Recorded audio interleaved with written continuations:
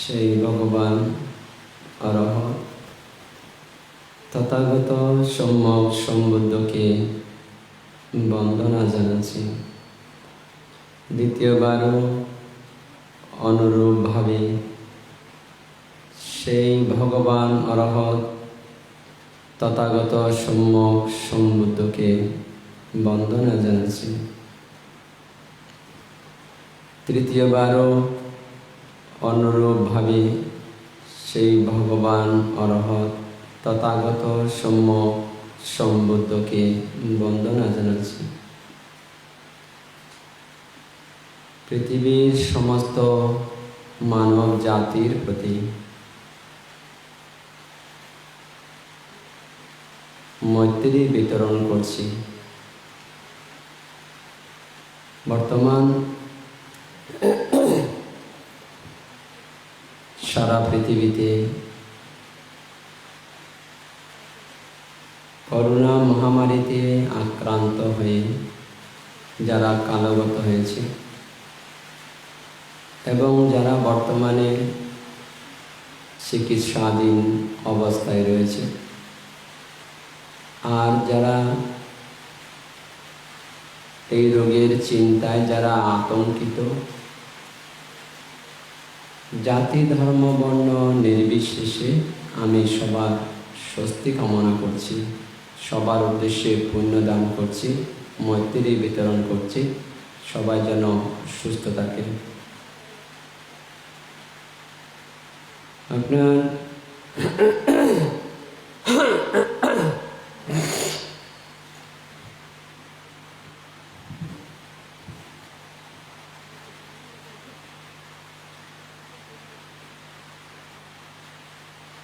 আজকে একটু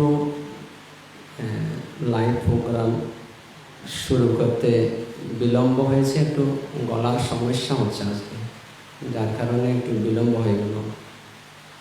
সেজন্য দুঃখ প্রকাশ করছি আপনারা যারা লাইভ সম্প্রচারে সরাসরি রয়েছেন।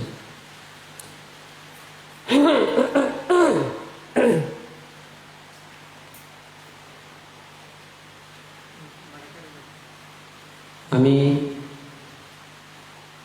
মুসলিম, বৌদ্ধ, হিন্দু, খ্রিস্টান, জৈন, শিখ, পৃথিবীর সমস্ত মানব জাতির প্রতি পুণ্য দান করছি, পুণ্য বিতরণ করছি, যাতে সমস্ত মানব জাতি শত্রু মুক্ত থাকে, বিপদ মুক্ত থাকে, রোগ মুক্ত থাকে এবং যেন সবাই সুখময় জীবন লাভ করতে পারে।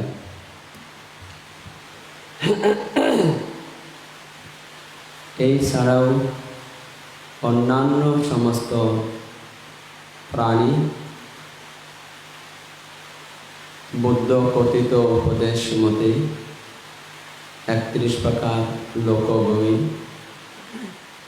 31 প্রকার লোকভূমিতে যত প্রাণী রয়েছে সমস্ত প্রাণী যেন শত্রু মুক্ত থাকে, বিপদ মুক্ত থাকে, রোগ মুক্ত থাকে এবং যেন সর্বদা সুখময় জীবন লাভ করতে পারে। আমি সবার জন্য এরূপ মঙ্গল কামনা করছি। আপনার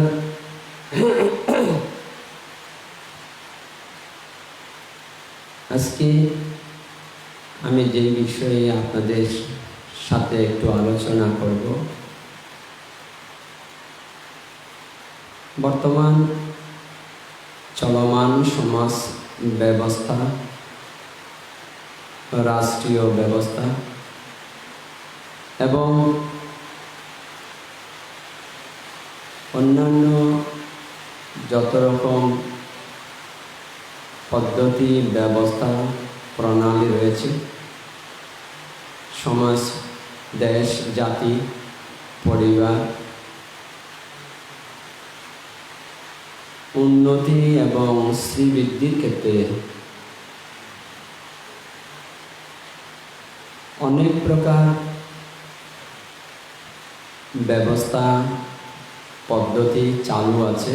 অতীতে যেমন ছিল, বর্তমানেও বিদ্যমান রয়েছে, ভবিষ্যতেও থাকবে। আমি একটা বিষয় বলা খুব আবশ্যক মনে করছি।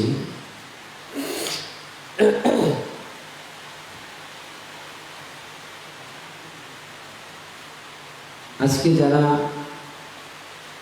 দেশের প্রধান, বিভিন্ন জেলা প্রধান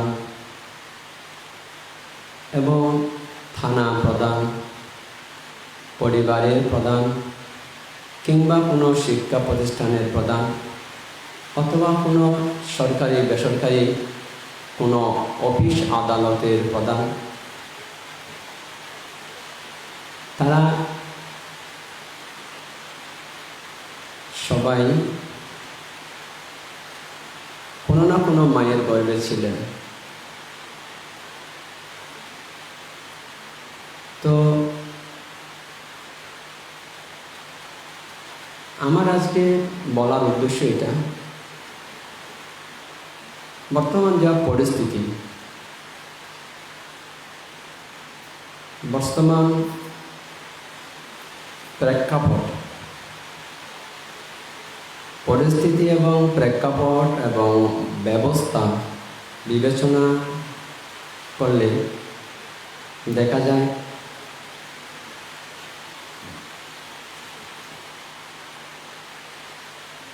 যা আউটপুট দেওয়া হচ্ছে, আমরা যা আউটপুট পাচ্ছি সবার কাছ থেকে, সেই কোনো না কোনো সময় কারো না কারো কাছ থেকে ইনপুট নিয়েছিল, যা আজকে আউটপুট হিসেবে আমরা দেখতে পাচ্ছি। এক্ষেত্রে আমার যেটা মনে হচ্ছে, আমি যা বুঝতে পারছি, আমি যা অনুমান করছি,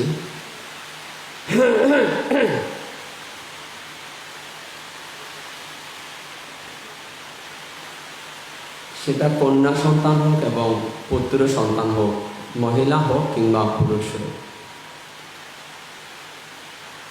মায়ের গর্ভে থাকাকালীন সে সন্তানের গর্ভবতী মাতা, ওনার ভূমিকা, ওনার করণীয়, অর্থাৎ সন্তানের ভবিষ্যৎ নির্মাণের ক্ষেত্রে গর্ভবতী মাতা, গর্ভবতী মায়ের করণীয় কেমন হওয়া উচিত, কী কী করণীয়, এটা খুব গুরুত্বপূর্ণ বিষয়। বর্তমান সময়ের প্রেক্ষাপটে এটা খুব জরুরি বিষয়। আমাদের সবাইকে এক্ষেত্রে ধ্যান দেওয়া আবশ্যকতা রয়েছে।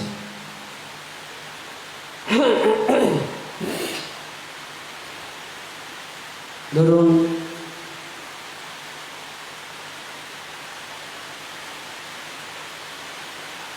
একজন মহিলা যখন সন্তান সম্ভবা হয়, সন্তান প্রতিসন্ধি গ্রহণের পর থেকে 10 মাস মাতৃগর্ভে অবস্থান করে, মাতৃগর্ভে সে থাকে। এখন এই সন্তান কেমন হবে,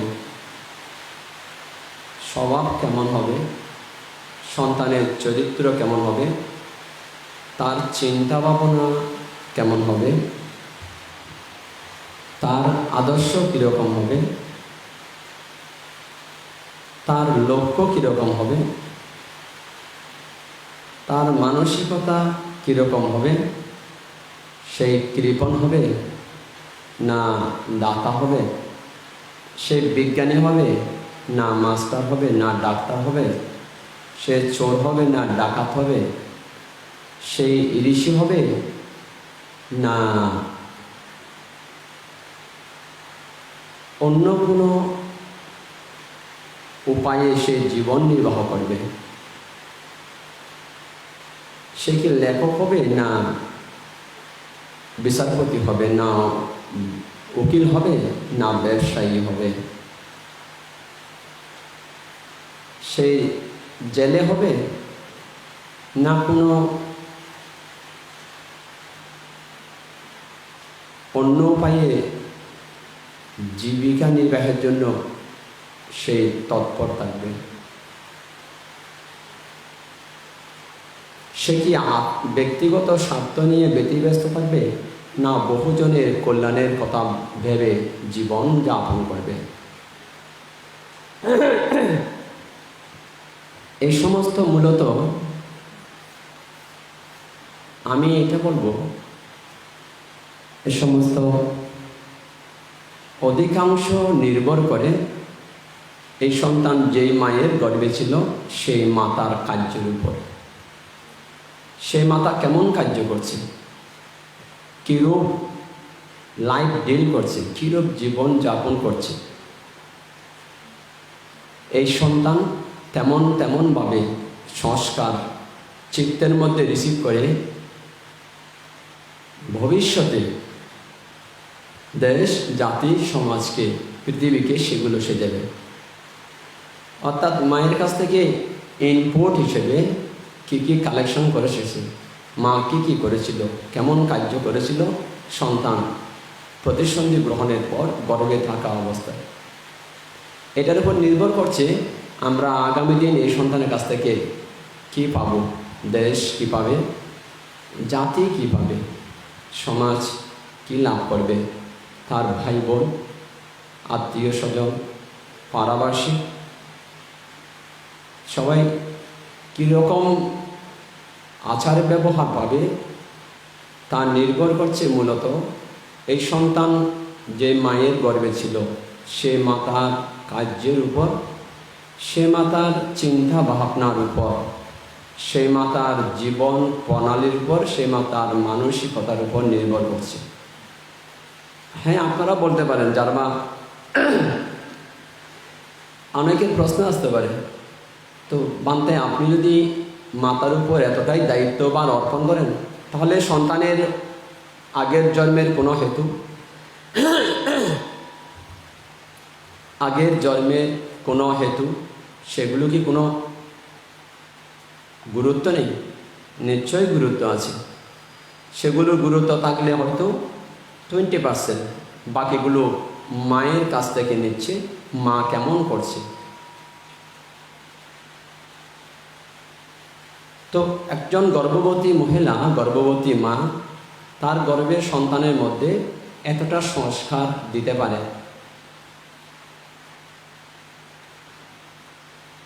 তো যেমন ধরুন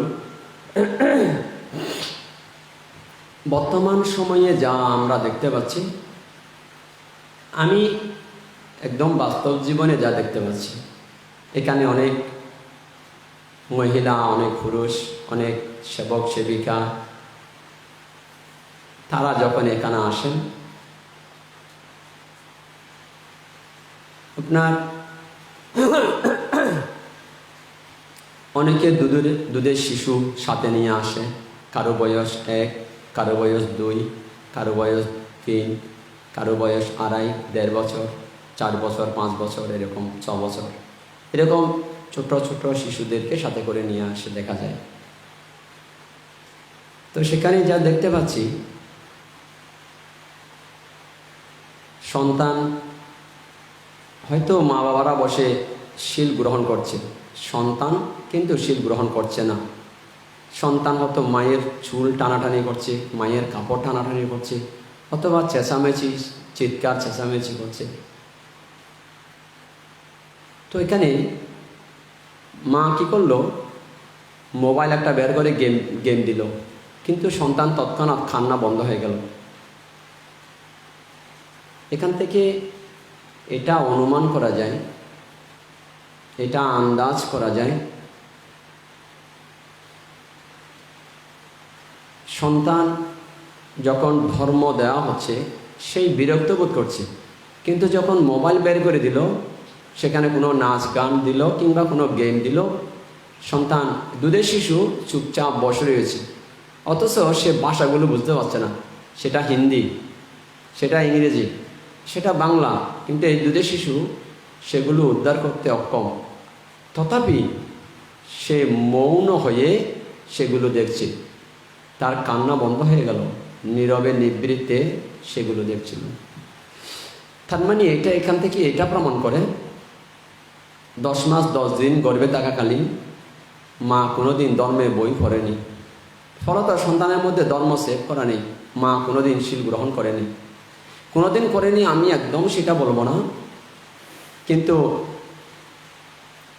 মা গর্ভে থাকাকালীন ধর্ম শুনেনি, ধর্ম শুনে প্রার্থনা করেনি, শিল গ্রহণ করে প্রার্থনা করেনি, দান দিয়ে প্রার্থনা করেনি, ভাবনা করে করে প্রার্থনা করেনি যে আমার গর্ভের সন্তান ভাবনাকারী হোক। তাহলে আজকে সন্তানের এই অবস্থা হতো না, তাহলে সন্তানও বসে চুপচাপ ভাবনা করত। এখন মা বাবা ভাবনা করছে, সন্তান চুল টেনে ছিঁড়ে ফেলছে, কাপড় টেনে ছিঁড়ে ফেলছে, অথবা তাদেরকে থাকতে দিচ্ছে না, অনেক সময় সন্তানকে নিয়ে বাইরে বেরিয়ে যেতে হচ্ছে, কিন্তু মোবাইল দিলে শান্ত হয়ে যাচ্ছে। অনেক সময় দোলনার মধ্যেও মোবাইল দিচ্ছে, দোলনার মধ্যে মোবাইল দিয়ে গেম ধরিয়ে দিচ্ছি, ওই ওয়াইফাই লাইন দিয়ে, ঠিক না? ওয়াইফাই লাইন দিয়ে দুধের বাচ্চা শান্ত হয়ে রইল। তো আচ্ছা, এখন যে সন্তানকে ওয়াইফাই লাইন দিয়েছে, তার মা 10 মাস কতবার এই লাইন দিয়ে ইন্টারনেট দেখেছে, ঠিক ঠিক না? কতবার দেখলো তার মা? অনেকবার দেখেছে না? তো অনেকবার দেখেছে, সেগুলো সংস্কার হিসেবে সন্তানের চিত্তের মধ্যে সেভ করা নেই? আছে, সন্তানের চিত্তের মধ্যে সেভ করা আছে। তো যার কারণে সন্তান সেগুলো যদি পায়, চুপচাপ থাকে, ধর্ম দিলে, অন্য কিছু দিলে সন্তান সেগুলো রিসিভ করতে চাইছে না। এখন আপনি যদি স্বার্থের কথা বলেন, ছোট শিশু বুঝে যায়। আর যদি বলেন একটা কলা দেওয়া হলো, যদি শিশুকে যদি বলেন অমুকের বাচ্চা আছে, তাকে তুমি হাফ দাও, দেবে না। তার মানে সন্তান হাফ দিচ্ছে না কেন? তার মা গর্ভাবস্থায় গোটা খেয়েছে, মানে ব্যক্তিগত ভোগ করেছে, আরেকজনকে হাফ দেয়নি। যদি মা যদি একটা থেকে আরেকজনকে হাফ দিত, যে আমি যেভাবে আজকে একটা কলা কিংবা যে কোনো একটা কিছু আজকে আমি হাফ খেয়ে আর হাফ আমি অপরকে দান করছি, আমার গর্ভের সন্তানও এমন করে চিত্তকরণ করুক যাতে সে একা পরিভোগ না করে, এতটা প্রভাব বিস্তার করে সন্তানের মধ্যে। কিন্তু দেখা যাচ্ছে দুধের শিশুকে যদি বলা হয়, বাবা তুমি হাফ, ওই এটাও তোমার ভাই হয়, তোমার বোন হয়, তুমি তাকে হাফ দাও, বলছে না দেব না। তার মানে তার মাও এমনটা করেছিল গর্ভাবস্থায়, তার মাও গোপনে গোপনে খেয়েছে আরেকজনকে না দিয়ে, সন্তানের মধ্যে সেটাই সেফ হয়ে রইল। তার মানে গর্ভ থেকে দেখুন কিভাবে নিয়ে আসে। তাই মায়ের ভূমিকা এতটাই বেশি গুরুত্বপূর্ণ। গর্ভবতী মা সন্তানকে কেমন সংস্কার দিচ্ছে, সেটা যে কোনো সম্প্রদায়ের মানুষ হতে পারে। আপনি কর্মফল বিশ্বাস করুন আর না করুন, এটাই সায়েন্স, এটাই বিজ্ঞান। কিন্তু যখন 2500 বছর আগে বুদ্ধের আবির্ভাব হয়েছিল, তখন তো সায়েন্স ছিল না, ঠিক না? তখন তো বিজ্ঞান ছিল না। আমি যা বলছি, আপনারা যারা বিজ্ঞানের ছাত্র আছেন, আপনারা বিচার করুন তো এটা ঠিক কিনা, বিজ্ঞান কি বলে। তো তাহলে আজকে দুধের শিশুকে যদি হাফ অপরকে দিয়ে হাফ নিজেকে খেতে বলা হচ্ছে, সে দিচ্ছে না।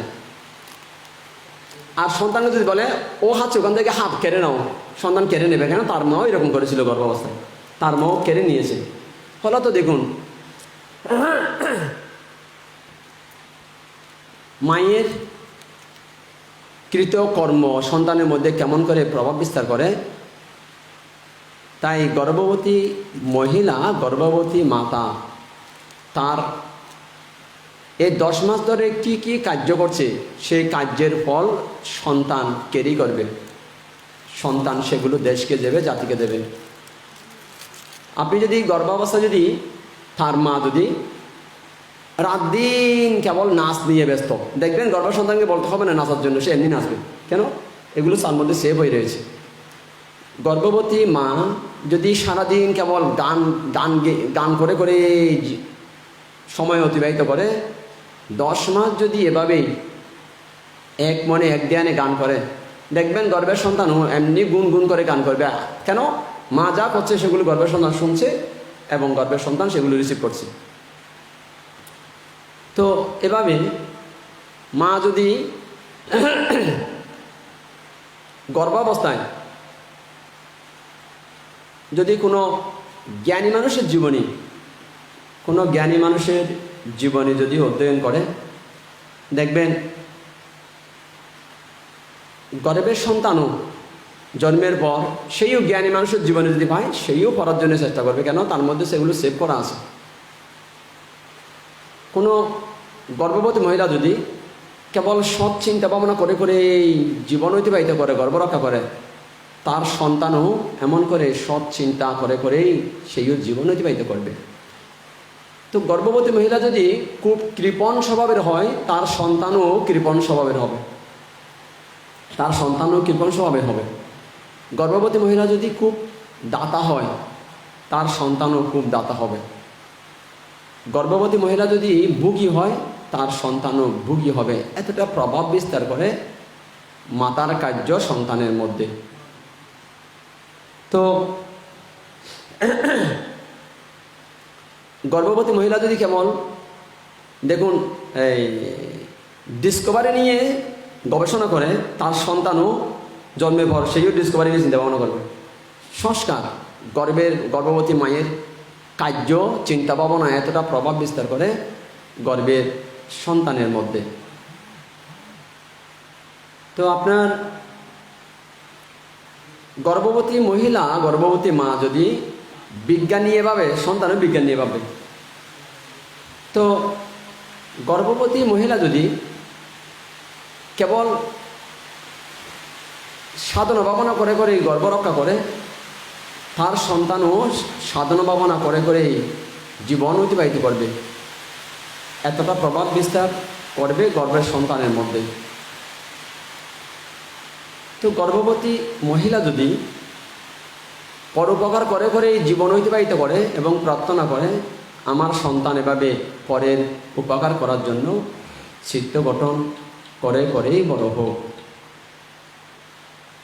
মায়ের চিন্তা ভাবনা সন্তানের মধ্যে প্রভাব বিস্তার করবে এবং সন্তান সেগুলো রিসিভ করবে, সেগুলো তার চিত্তে মেমোরির মতো সেভ করে নিয়ে আসবে এবং সন্তানের কাছ থেকে সেই আচার আচরণ আমরা দেখতে পাবো। সেইও বহুজনের কল্যাণ করবে। বাল্যকাল থেকে তার মধ্যে এই গুণগুলো দেখা যাবে। কিছু কিছু ক্ষেত্রে ব্যতিক্রম হবে না তাই নয়, কিন্তু অধিকাংশ ক্ষেত্রে এমনটাই হচ্ছে, মায়ের সংস্কার সন্তানকে প্রভাবিত করছে। এই যে ধরুন মা গর্ভাবস্থায়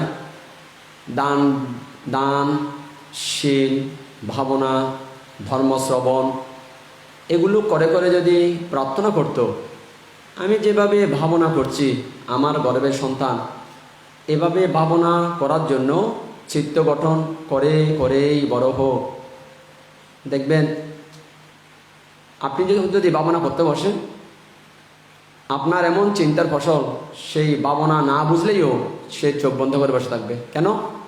তাকে তো গর্ভ থেকে সংস্কার দেওয়া হয়েছে।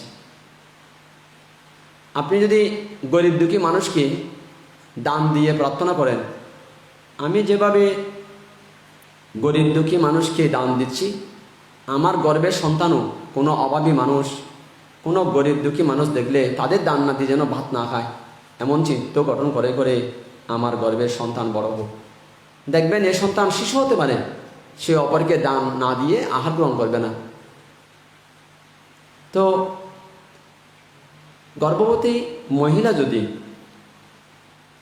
ধর্ম শ্রবণ করে করে গর্ভ রক্ষা করে এবং এরূপ যদি প্রার্থনা করে, সংকল্প করে যে আমি যেভাবে আজকে ধর্ম শ্রবণ করছি নীরবে নিবৃতে, আমার গর্ভর সন্তান সেইও ভবিষ্যতে যদি কোনো জায়গায় ধর্মসভা হয়, কেউ ধর্ম দেশনা করে, ধর্মের আলাপ আলোচনা করে, সেই যেন আমার মতো নীরবে ধর্ম শুনে সেই জন্য আগ্রহী হয়, সেই জন্য জানার জন্য উৎসুক থাকে। এমন চিত্ত গঠন করে করেই আমার গর্ভের সন্তান বড় হোক। দেখবেন এই সন্তান শিশু থাকবে, ছোট থাকবে, হতে পারে, কিন্তু কেউ যদি ধর্ম ভাষণ করে, ধর্ম দেশনা করে, ধর্মের আলাপ আলোচনা করে, সেই মৌনতা অবলম্বন করে শুনবে। কেন? তাকে তো তার মা সংস্কার দিয়েছে। মাতার খাদ্য এতটা সন্তানের মধ্যে প্রভাব বিস্তার করে, সন্তানকে এতটা প্রভাবিত করে। মা যদি নিঃস্বার্থে পরোপকারী হয় এবং এভাবে যদি প্রার্থনা করে আমার সন্তানও আমার মতো নিঃস্বার্থে পরোপকারী হোক, দেখবেন এই সন্তান অপরের কল্যাণ করার জন্য কোনো স্বার্থ বিচার করবে না। কেন? এটা মায়ের সংস্কার, মা সংস্কার দিয়েছে গর্ভাবস্থায়।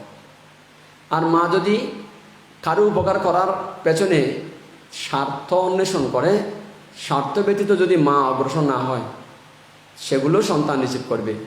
সন্তানও ভবিষ্যতে জন্মের পর সন্তানও কারো উপকার করার ক্ষেত্রে স্বার্থ বিচার করবে।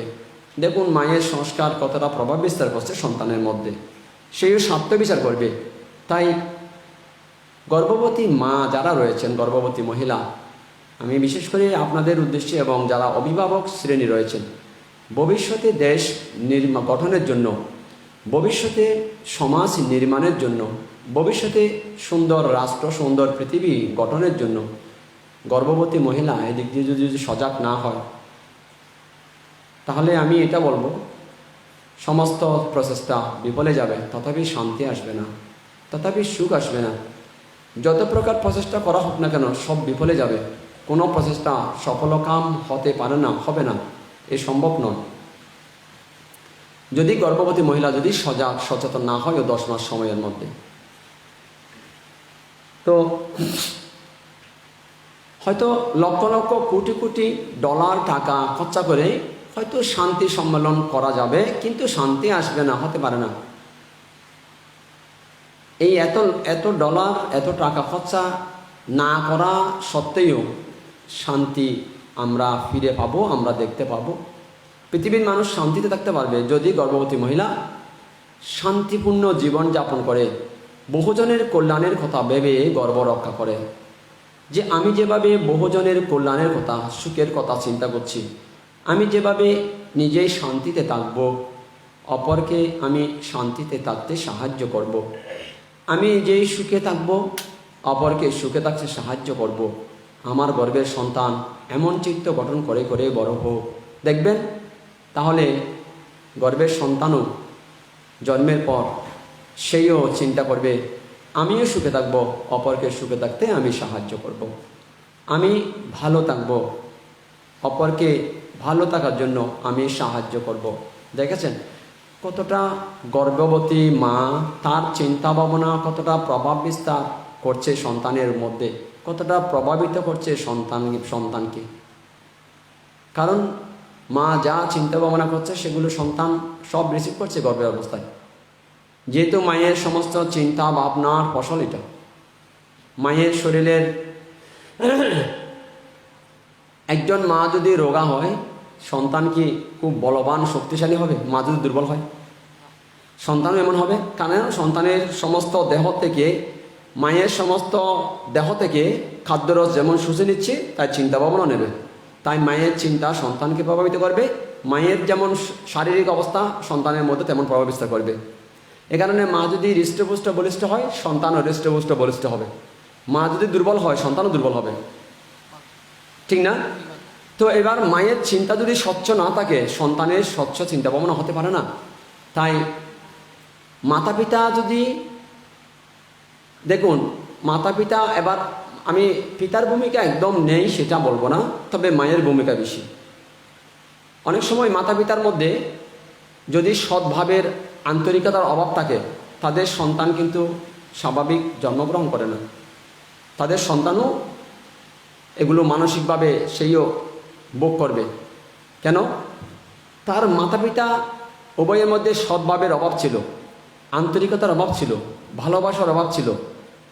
এই সন্তানও ভবিষ্যতে তার স্ত্রীর সাথে এগুলোই করবে। কেন? তারও স্ত্রীর প্রতি তার ভালোবাসার আন্তরিকতার অভাব দেখা দেবে। কেন? তার মায়ের কাছ থেকে সেগুলো পায়নি সে, তাই তার স্ত্রীকেও ভবিষ্যতে সেগুলো দিতে পারবে না। এটাই সত্যি। হ্যাঁ, কি বলেন? এর ব্যতিক্রম হতে পারে না। তাই স্বামী স্ত্রীর মধ্যে পরস্পরের সাথে যদি সহমর্মিতার অভাব দেখা দেয়, আন্তরিকতার ঘাটতি দেখা দেয়, ভালোবাসার ঘাটতি দেখা দেয়, তাহলে ভবিষ্যতে তাদের সন্তানের মধ্যেও এই ঘাটতি থেকে যাবে। এই ঘাটতি সমাজকে ভোগ করতে হবে, দেশকে ভোগ করতে হবে, জাতিকে, এবং ভবিষ্যতে এই সন্তানের সাথে জীবন জীবিকা নির্বাহের জন্য যে জীবনসঙ্গী হবে সেই এগুলো ভোগ করবে। তো যেমন ধরুন, আমি একটা আপনাদের উপমা দিই। আমি দীপঙ্কর বান্তে, আমি যে উপশিকার গর্ভে ছিলাম, যিনি আমার গর্ভধারিণী মাতৃদেবী, ওনার নাম ফুটিরানী বড়ুয়া। তো ওনার বড় ছেলে কাজল বড়ুয়া দুবাই থাকে, মেজো ছেলে কাঞ্চন বড়ুয়া এখন রাঙামাটি থাকে। তারপরের 3 নম্বরে আমি, 4র্থ নম্বরে মিঠু বড়ুয়া ফরাঙ্গিকেলে থাকে ফটিকছড়ি, তারপর খোকন বড়ুয়া রাঙামাটি থাকে, তারপর সুকান্ত বড়ুয়া রাঙামাটি থাকে। সবার ছোট শ্যামন্ত বড়ুয়া, সে মাস্টার ডিগ্রি পাস করেছে, এখন সে অস্ট্রেলিয়া সিডনিতে থাকে, শ্যামন্ত বড়ুয়া। তো তাদের অনেকের বক্তব্য, বিশেষ করে আমি কাঞ্চন বড়ুয়ার কথা বলবো, কাজল বড়ুয়া, সুকান্ত বড়ুয়া, খোকন বড়ুয়া বা মাধু বড়ুয়া, এবং তার বিশেষ করে ফটরানী বড়ুয়ার ছেলের গড়ের তার নাতি নাতিরা, তাদের কথা বলবো। তারা আমাকে এসে অনেক সময় বলে, বান্তে যে আপনার মাতৃদেবী, ওনার মধ্যে ভালোবাসা নেই, আন্তরিকতা নেই, এগুলোর অভাব দেখা যাচ্ছে।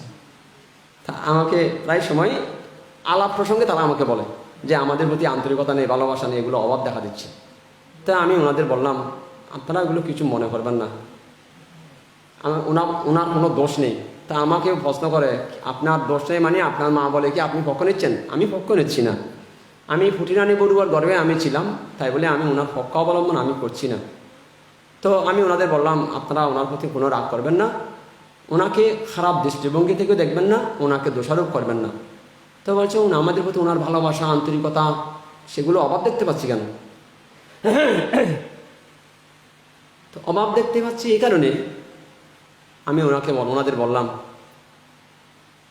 গর্ভ একটা ফ্যাক্টর, জন্মের পর শিশুর একটা ফ্যাক্টর। শিশু জন্মের পর দুধের শিশু তার আশেপাশে যাদের সাথে বসবাস করছে তাদের কার্য সব রিসিভ করে, সেগুলো সে ভবিষ্যতে আমাদের দেবে, ঠিক না?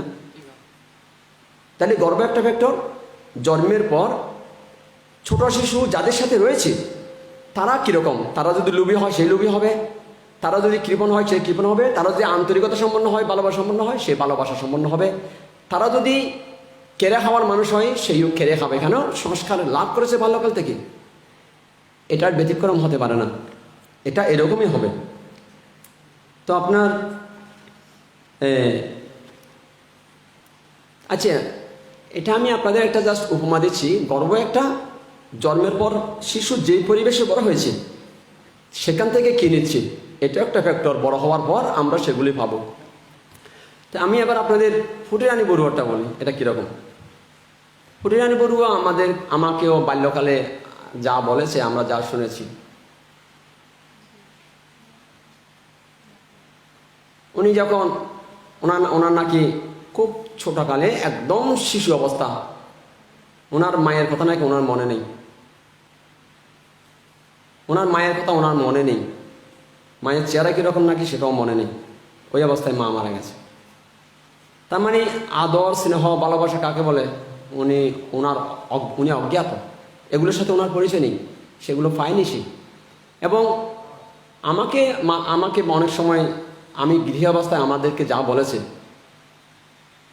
ধরুন আমি তো প্রব্রজা নিয়েছি 17+18 রানিংয়ের মধ্যে আমি প্রব্রজা, ওই প্রব্রজার পূর্বে আমাকে যা বলেছিল, যা শুনেছি ওনার মত থেকে, বলছে আমার মায়ের কথা আমার মনে নেই। তা আমি মাঝে সাথে বলতাম, তো আপনি একটু ভালোবাসা দিন না, মাঝে সাথে বলতাম। তো কিন্তু আমি দেখছি ওনার দোষ নেই কেন।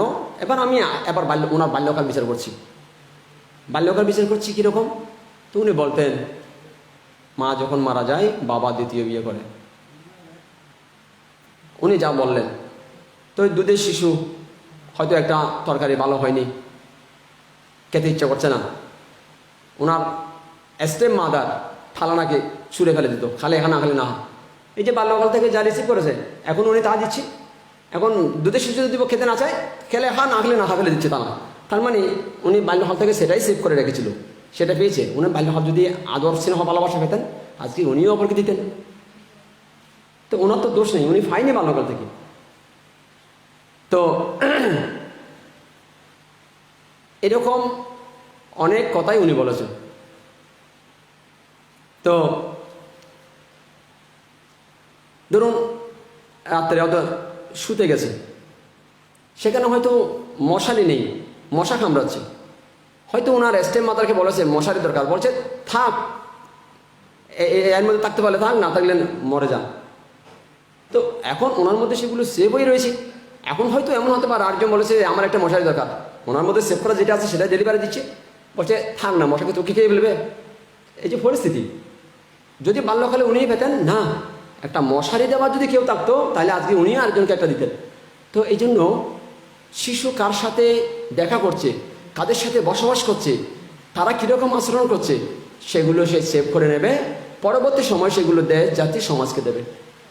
যেমন গর্ব একটা ফ্যাক্টর, বাল্যকাল থেকে যাদের সাথে মেলামেশা করেছিল, যাদের সংস্পর্শে মানুষ হয়েছে, তারা একটা ফ্যাক্টর।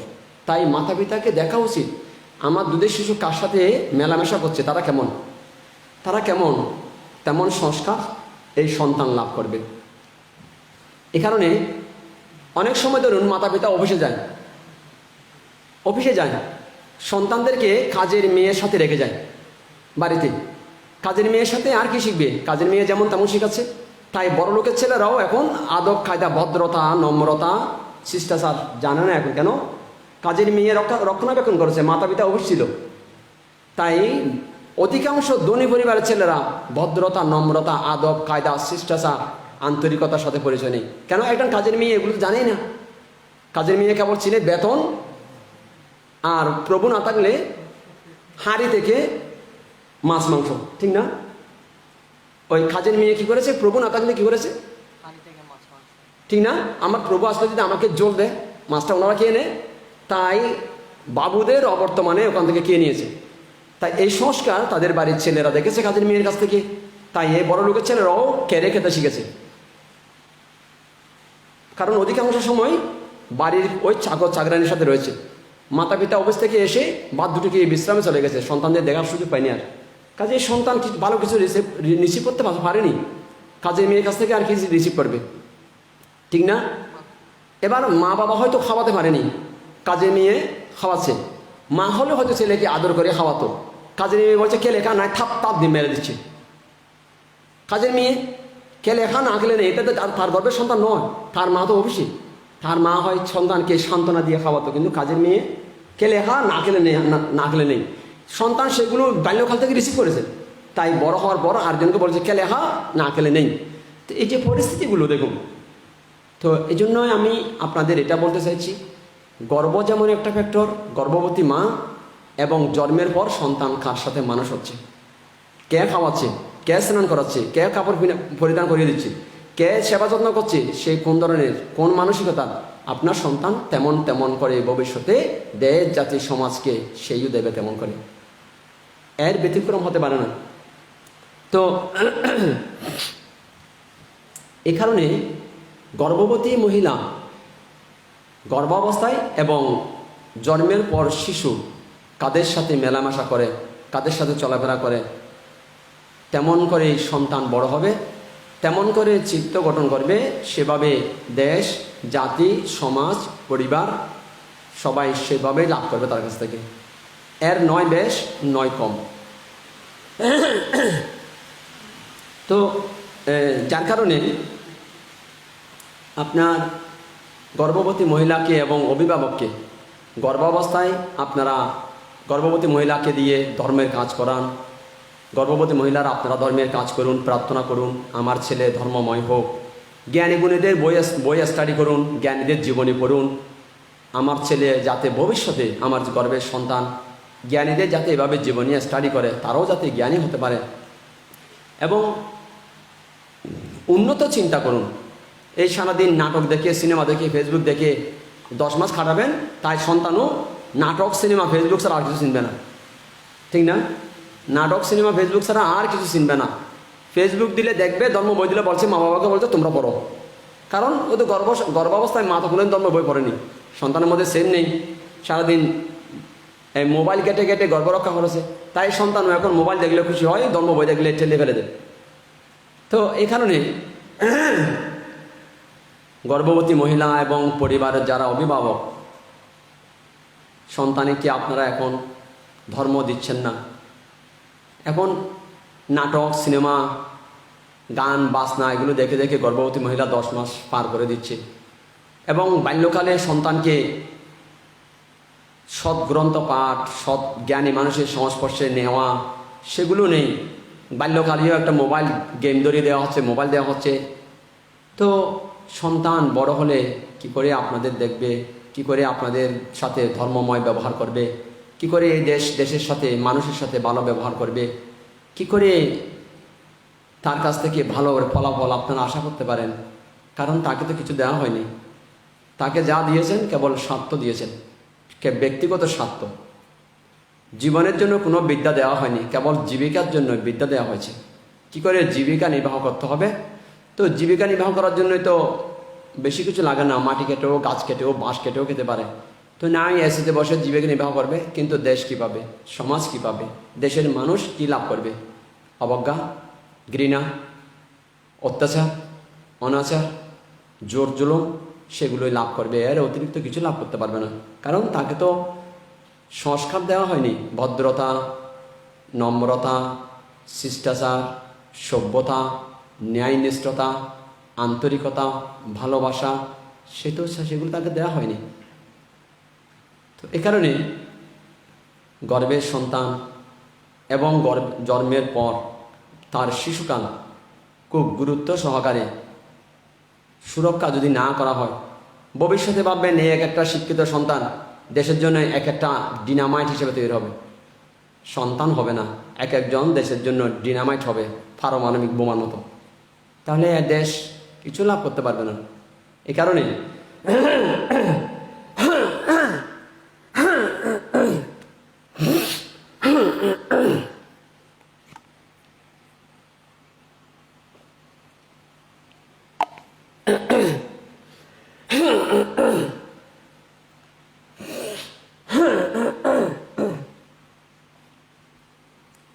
তো এখানে গর্ভবতী মহিলা এবং জন্মের পর সন্তান দুই অবস্থায় আমি আপনাদের এটা বলবো, জ্ঞানী মানুষের বই স্টাডি করুন, জীবনী স্টাডি করুন, ধর্ম বই স্টাডি করুন, গর্ভাবস্থায় ধর্ম বই স্টাডি করুন এবং কোনো জ্ঞানী পুরুষ, সৎপুরুষ তাদেরকে দেখতে তাদেরকে দর্শনের জন্য সেখানে গমন করুন। কোনো সাধু পুরুষ, অরহন্ত, সন্ত, কোনো শিলবান সৎপুরুষ, আর্য পুরুষ তাদেরকে দর্শনের জন্য সেখানে গমন করুন। গরিব দুঃখী, অনাথ বেকারী তাদেরকে দান ধর্ম করুন এবং প্রার্থনা করুন আমার সন্তান এমন হোক। ভাবনা করুন, প্রার্থনা করুন আমার সন্তান ভাবনাকারী হোক। দেশের জন্য চিন্তা করুন, সমাজের কথা চিন্তা করুন, বহু গরিব দুঃখী মানুষের অভাবের কথা চিন্তা করুন এবং এটা প্রার্থনা করুন আমার গর্বের সন্তান এমন চিত্ত গঠন করে করে বড় হোক। নিজে পরিভোগ না করে অপরকে পরিভোগ করানোর কথা চিন্তা করুন, অপরের সুখের কথা চিন্তা করুন। নিজের স্বার্থের কথা না ভেবে অপরের কল্যাণের কথা ভাবুন এবং সেভাবে প্রার্থনা করুন, আমার সন্তান এরূপ চিত্ত গঠন করে করে বড় হোক।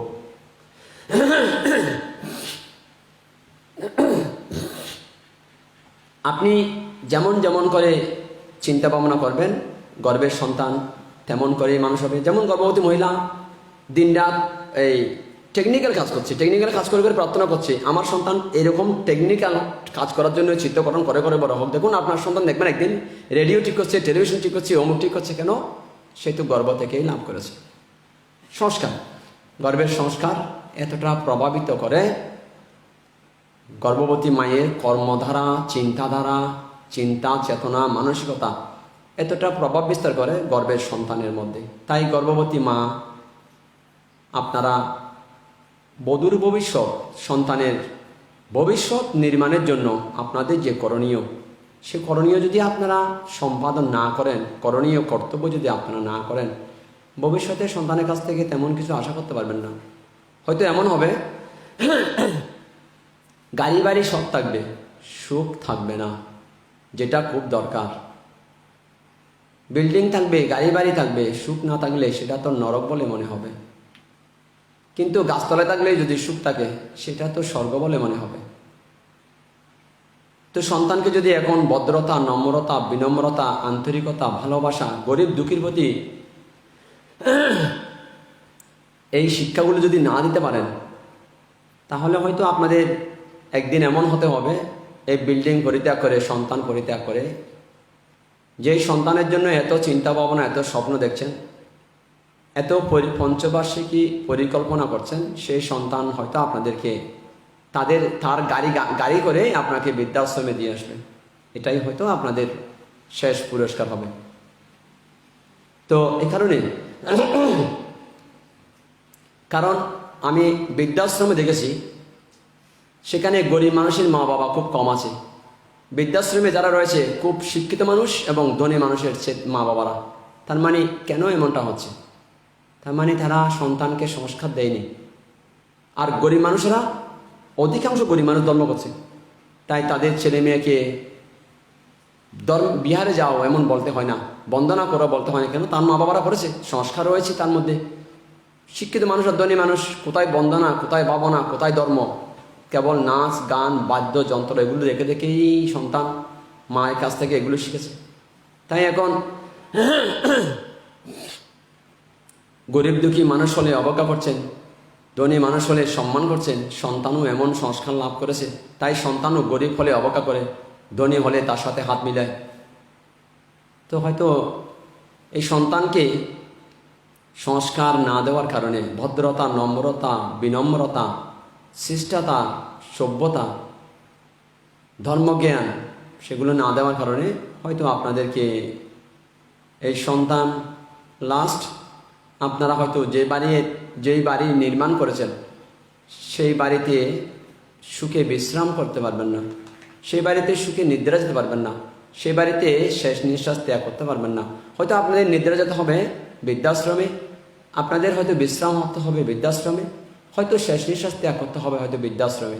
মাথার গাম পায়ে ফেলে আজকে যে বিল্ডিং তৈরি করছেন, নির্মাণ করছেন, সেই বিল্ডিংয়ে হয়তো নিঃশ্বাস ত্যাগ করার সুযোগ আপনাদের হবে না।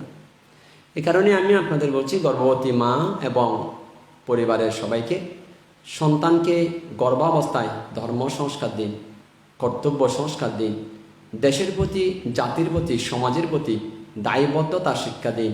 মাতা এগুলো চিন্তা করে প্রার্থনা করুন, শীল পালন করে করে প্রার্থনা করুন, ধর্ম আচরণ করে করে প্রার্থনা করুন, ভাবনা করে করে প্রার্থনা করুন, গরিব দুঃখী মানুষের পাশে দাঁড়িয়ে প্রার্থনা করুন, আমার সন্তানও এমন করে সবার প্রতি আন্তরিক সম্পন্ন হোক। তো এবং বাল্যকালে সন্তানকে ধর্ম সংস্কার দিন, ধর্ম বই পড়ুন, তাদেরকে পড়ান, মহাপুরুষদের জীবনী পাঠ করুন, কোনো মঠ মন্দির গির্জা, কোনো সৎপুরুষ, শীলবান, আর্য পুরুষ, আদর্শবান পুরুষ তাদের কাছে নিয়ে যান। তাদেরকে এভাবে আধুনিক শিক্ষা, আমি তার বিরোধী নই, আমি আধুনিক শিক্ষা দিতে বারণ করছি না, কিন্তু সন্তানের ভবিষ্যৎ রচনা করার জন্য যে আপনারা ধর্মকর্ম, সংস্কার, সভ্যতা বাদ দিয়ে কেবল বিল্ডিংকে, গাড়ি বাড়িকে, টাকা পয়সাকে সব কিছু মনে করে সন্তানের যে ভবিষ্যৎ নির্মাণ করতে চলেছেন, সেই ভবিষ্যৎ হয়তো কাচের গ্লাসের মতো ব্যঙ্গে ছিন্ন ভিন্ন কান কান হবে, অথবা তাসের ঘরের মতো মুহূর্তের মধ্যে ভেঙে যাবে, অথবা বালির বাঁধের মতো মুহূর্তের মধ্যে বিধ্বস্ত হয়ে যাবে, বিলীন হয়ে যাবে, লীন হয়ে যাবে। সে কারণে আপনারা গর্ভবতী মহিলারা গর্ভের সন্তানকে সংস্কার দিন, ভালো সংস্কার, ধর্মত সংস্কার। বহুজনের সুখের কথা চিন্তা করুন এবং ধর্ম বই পড়ুন, জ্ঞানী মানুষের বই পড়ুন, পরে পরে প্রার্থনা করুন, ভাবনা করুন, প্রার্থনা করুন, জ্ঞানী মানুষের জীবনী পড়ুন, প্রার্থনা করুন, ধর্ম শুনুন, প্রার্থনা করুন যে আমার গর্ভের সন্তানের মধ্যে এগুলো সংস্কার হোক, আমি যা যা করছি ভালো কিছু করুন, সেগুলো সংস্কার হবে। তো এভাবে গর্ভের সন্তান যদি আপনারা সুরক্ষা করতে পারেন, ভবিষ্যতে আপনাদেরকে চক্ষু জলে বক্ষ বাসাতে হবে না। তখন হয়তো আপনার চক্ষু জলে বক্ষ বাসাবেন, সেটা সুখের কান্না, কিন্তু দুঃখের কান্না আপনাদের করতে হবে না। তাই ভবিষ্যৎ সুখের জন্য হয়তো আজকে সন্তানের জন্য যা করছেন, সন্তানের ভবিষ্যৎ উজ্জ্বল করার জন্য যা করছেন, কিন্তু আমি এটা দেখতে পাচ্ছি সন্তানের বর্তমান অন্ধকারে আচ্ছন্ন করে রেখে দিয়েছে অনেক মাতা পিতারা। অধিকাংশ মাতা পিতারা সন্তানের ভবিষ্যৎ উজ্জ্বল চিন্তা করতে গিয়ে বর্তমানটা অন্ধকারে আচ্ছন্ন করে রেখে দিয়েছে। তো যার বর্তমানে এই অন্ধকার আচ্ছন্ন, কি প্রকারে ভবিষ্যৎ সেই আলোকিত হবে সেই স্বপ্ন কি করে দেখতে পারে? যার বর্তমানেই অন্ধকারে আচ্ছন্ন হয়ে গেছে, ভবিষ্যৎ কি করে উজ্জ্বল হতে পারে?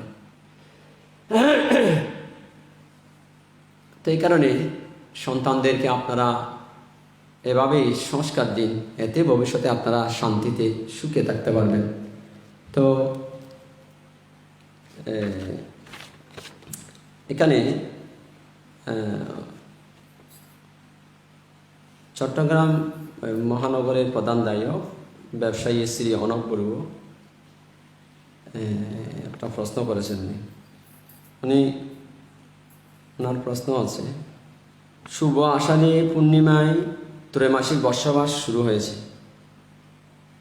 পূজনীয় ভিক্ষুসংঘ ও উপাসক উপাসিকা তথাগত বুদ্ধ নির্দেশিত বিনয়সম্মতভাবে এই ত্রৈমাসিক বর্ষাবাসে শীল সমাধি ও খণ্ডকালীন ভাবনা প্রতিপালন করতে দেখা যায়,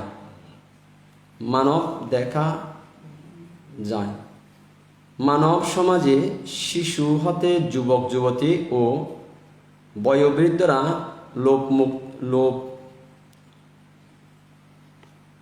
এখন এটা লোভমুক্ত না লোভযুক্ত?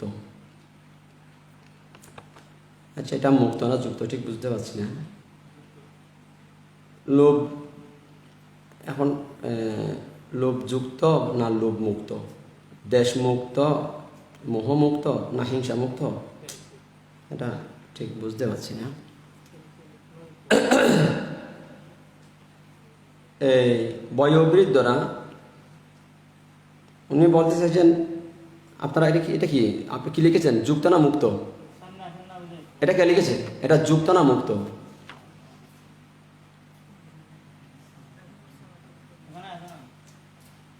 এটা কি যুক্ত না মুক্ত?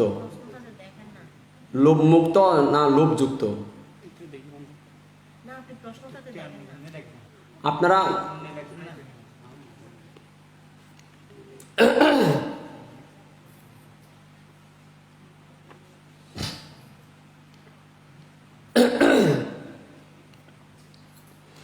আচ্ছা, বয়োবৃদ্ধরা লোভ, দেশ, মোহ, হিংসা ও তৃষ্ণা, এটা যুক্ত না মুক্ত পরে হবে, এখন বুঝতে পারছি না। যার কারণে পরিবারের মধ্যে, সমাজের মধ্যে, রাষ্ট্রের মধ্যে বিভিন্ন কিছু চাওয়া পাওয়া নিয়ে হানাহানি বিরাজমান। যুক্ত হবে না? তো এই ক্ষেত্রে মহাকারণিক তথাগত সম্যক সম্বুদ্ধের নির্দেশিত ভাবনা পারমের মাধ্যমে চিত্তের বিশুদ্ধতা আনয়ন করা সম্ভব কিনা? আচ্ছা, চট্টগ্রাম মহানগরীর প্রধান দায়ক ব্যবসায়ী শ্রী অনক বড়ুয়া, ওনার প্রশ্ন হচ্ছে বর্তমান সময়ে সমাজের মধ্যে শিশু থেকে বৃদ্ধ থেকে যুবক যুবতী থেকে সবাই সর্বক্ষেত্রে লোভযুক্ত, দেশযুক্ত, মোহযুক্ত, হিংসাযুক্ত এবং তৃষ্ণাযুক্ত, যার কারণে কি সমাজে, কি পরিবারে, কি রাষ্ট্রের মধ্যে কেবল হানাহানি, মারামারি এবং চাওয়া পাওয়া ছাড়া আর কিছু দেখা যাচ্ছে না। তো এই ক্ষেত্রে মহাকারণিক তথাগত সম্মুখ সম্বুদ্ধের নির্দেশিত ভাবনার মাধ্যমে চিত্তের বিশুদ্ধতা আনয়ন করা সম্ভব কিনা। এবার উনি বলেছেন, আমরা যারা চাকরিজীবী, ব্যবসায়ী কিংবা ছাত্রছাত্রী অথবা গৃহী কাজে কর্মরত, সকলেই 10 প্রকার কুশল কর্মে রত থেকে সহজ সরলভাবে ভাবনা পারমি প্রতিদিন প্রতিনিয়ত কিভাবে পালন করতে পারি তা জানার জন্য বান্তের কাছে প্রার্থনা সহকারে অনুরোধ। আচ্ছা, চট্টগ্রামের মহানগরীর প্রধান দায়ক ব্যবসায়ী শ্রী অনক বড়ুয়া, আপনাকে খুব সাধুবাদ জানাচ্ছি, আপনার প্রতি আমি খুব কৃতজ্ঞতা জানাচ্ছি। আপনাদের বান্দরবানের প্রধান দায়ক শ্রী প্রসন্নকান্তি তঞ্চঙ্গে এবং চট্টগ্রামে মহানগরীর প্রধান দায়ক ব্যবসায়ী শ্রী অনক বড়ুয়া, আর যারা যারা সর্বদা সুরক্ষা করছেন সদ্ধর্ম আমাকে এবং ভিক্ষু সংঘকে, আমি আপনাদের সবার প্রতি কৃতজ্ঞতা জানাচ্ছি, সাধুবাদ জানাচ্ছি। তো চট্টগ্রাম মহানগরীর প্রধান দায়ক শ্রী অনক বড়ুয়া, আপনি যে প্রশ্ন করেছেন, বর্তমান সমাজ প্রেক্ষাপট বিবেচনা করলে আপনি যেটা বললেন, শিশু থেকে বৃদ্ধ থেকে যুবক যুবতী থেকে সবাই দেশযুক্ত, হিংসাযুক্ত, মোহযুক্ত, তৃষ্ণাযুক্ত, আসক্তিযুক্ত, কেবল চাই এই নিয়ে হানাহানি, মারামারি, এই নিয়ে দেশ, জাতি, সমাজ, পরিবারের সর্বত্রই অশান্তি বিরাজমান, হানাহানি বিরাজমান। এখন ভাবনা পারমির মাধ্যমে এটা নিরসন করা সম্ভব কিনা, আর বর্তমান যারা ছাত্রছাত্রী, ব্যবসায়ী, চাকরিজীবী, তারা সহজ সরলভাবে কীভাবে ভাবনাকে কাজে লাগিয়ে আপন আপন কর্মক্ষেত্রে সফলতা লাভ করবে, এটা কিভাবে সম্ভব হতে পারে, আপনি সেটা জানতে চেয়েছেন। বর্তমান সময়ের প্রেক্ষাপটে আপনার প্রশ্ন অতীব উপযোগী এবং খুব গুরুত্বপূর্ণ। আপনার প্রশ্ন এতটা উপযুক্ত হলো বর্তমান সময়ের প্রেক্ষাপটে, এতটা যুগোপযোগী এবং এতটা গুরুত্বপূর্ণ ও তাৎপর্যবহ, তা বর্ণনা অতীত। এটা কতটা গুরুত্বপূর্ণ বর্তমান সময়ের জন্য আপনার এই প্রশ্ন। তো এখন দেখুন, এটা আপনি যেটা প্রশ্ন করেছেন, এটা ভাবনার মাধ্যমে এখান থেকে সুরক্ষা পাওয়া সম্ভব কিনা, অবশ্যই সম্ভব, এতে কোনো রকম সন্দেহ নেই।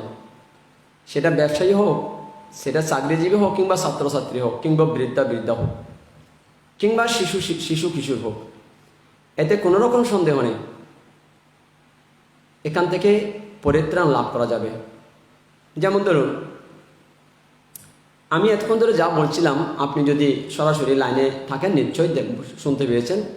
এতক্ষণ ধরে যা বলছিলাম যে গর্ভাবস্থা এবং গর্ভের পরবর্তী সময় শিশু অবস্থা, শিশু কি নিশ্চিত করছে এবং গর্ভাবস্থায় মায়ের কাছ থেকে সেই কী কী সংস্কারে নিয়েছে। তো এবার এরপর সেগুলোই তো আমরা দেখতে পাচ্ছি এখন। তার মানে অনক বড়ুয়া মনোর প্রশ্নের সাথে বান্তের এতক্ষণ বলার সাথে কোনো রকম বেশ কম নেই। তার মানে এই সন্তান শিশু অবস্থায় পায়নি, গর্ভ থেকে পায়নি, ফলত আমরা বাস্তব ক্ষেত্রে এগুলো দেখতে পাচ্ছি। তার মানে আপনার প্রশ্ন বান্তে এতক্ষণ ধরে যা বললাম, এগুলোর সাথে খুব সঙ্গতিপূর্ণ, খুব সামঞ্জস্যপূর্ণ। তো দেখুন, এখান থেকে ত্রাণের রাস্তা আছে।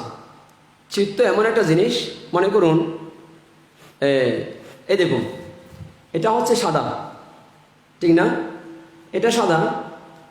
এখন যদি কোনো একটা বালতিতে বা কোনো গামলাতে কিছু রং এবং পানি, এই সাদা যদি দেন, তাহলে দেখতে হবে কোন কালার রং দিয়েছেন, এটা সে কালার হবে, এটা সে কালার হবে।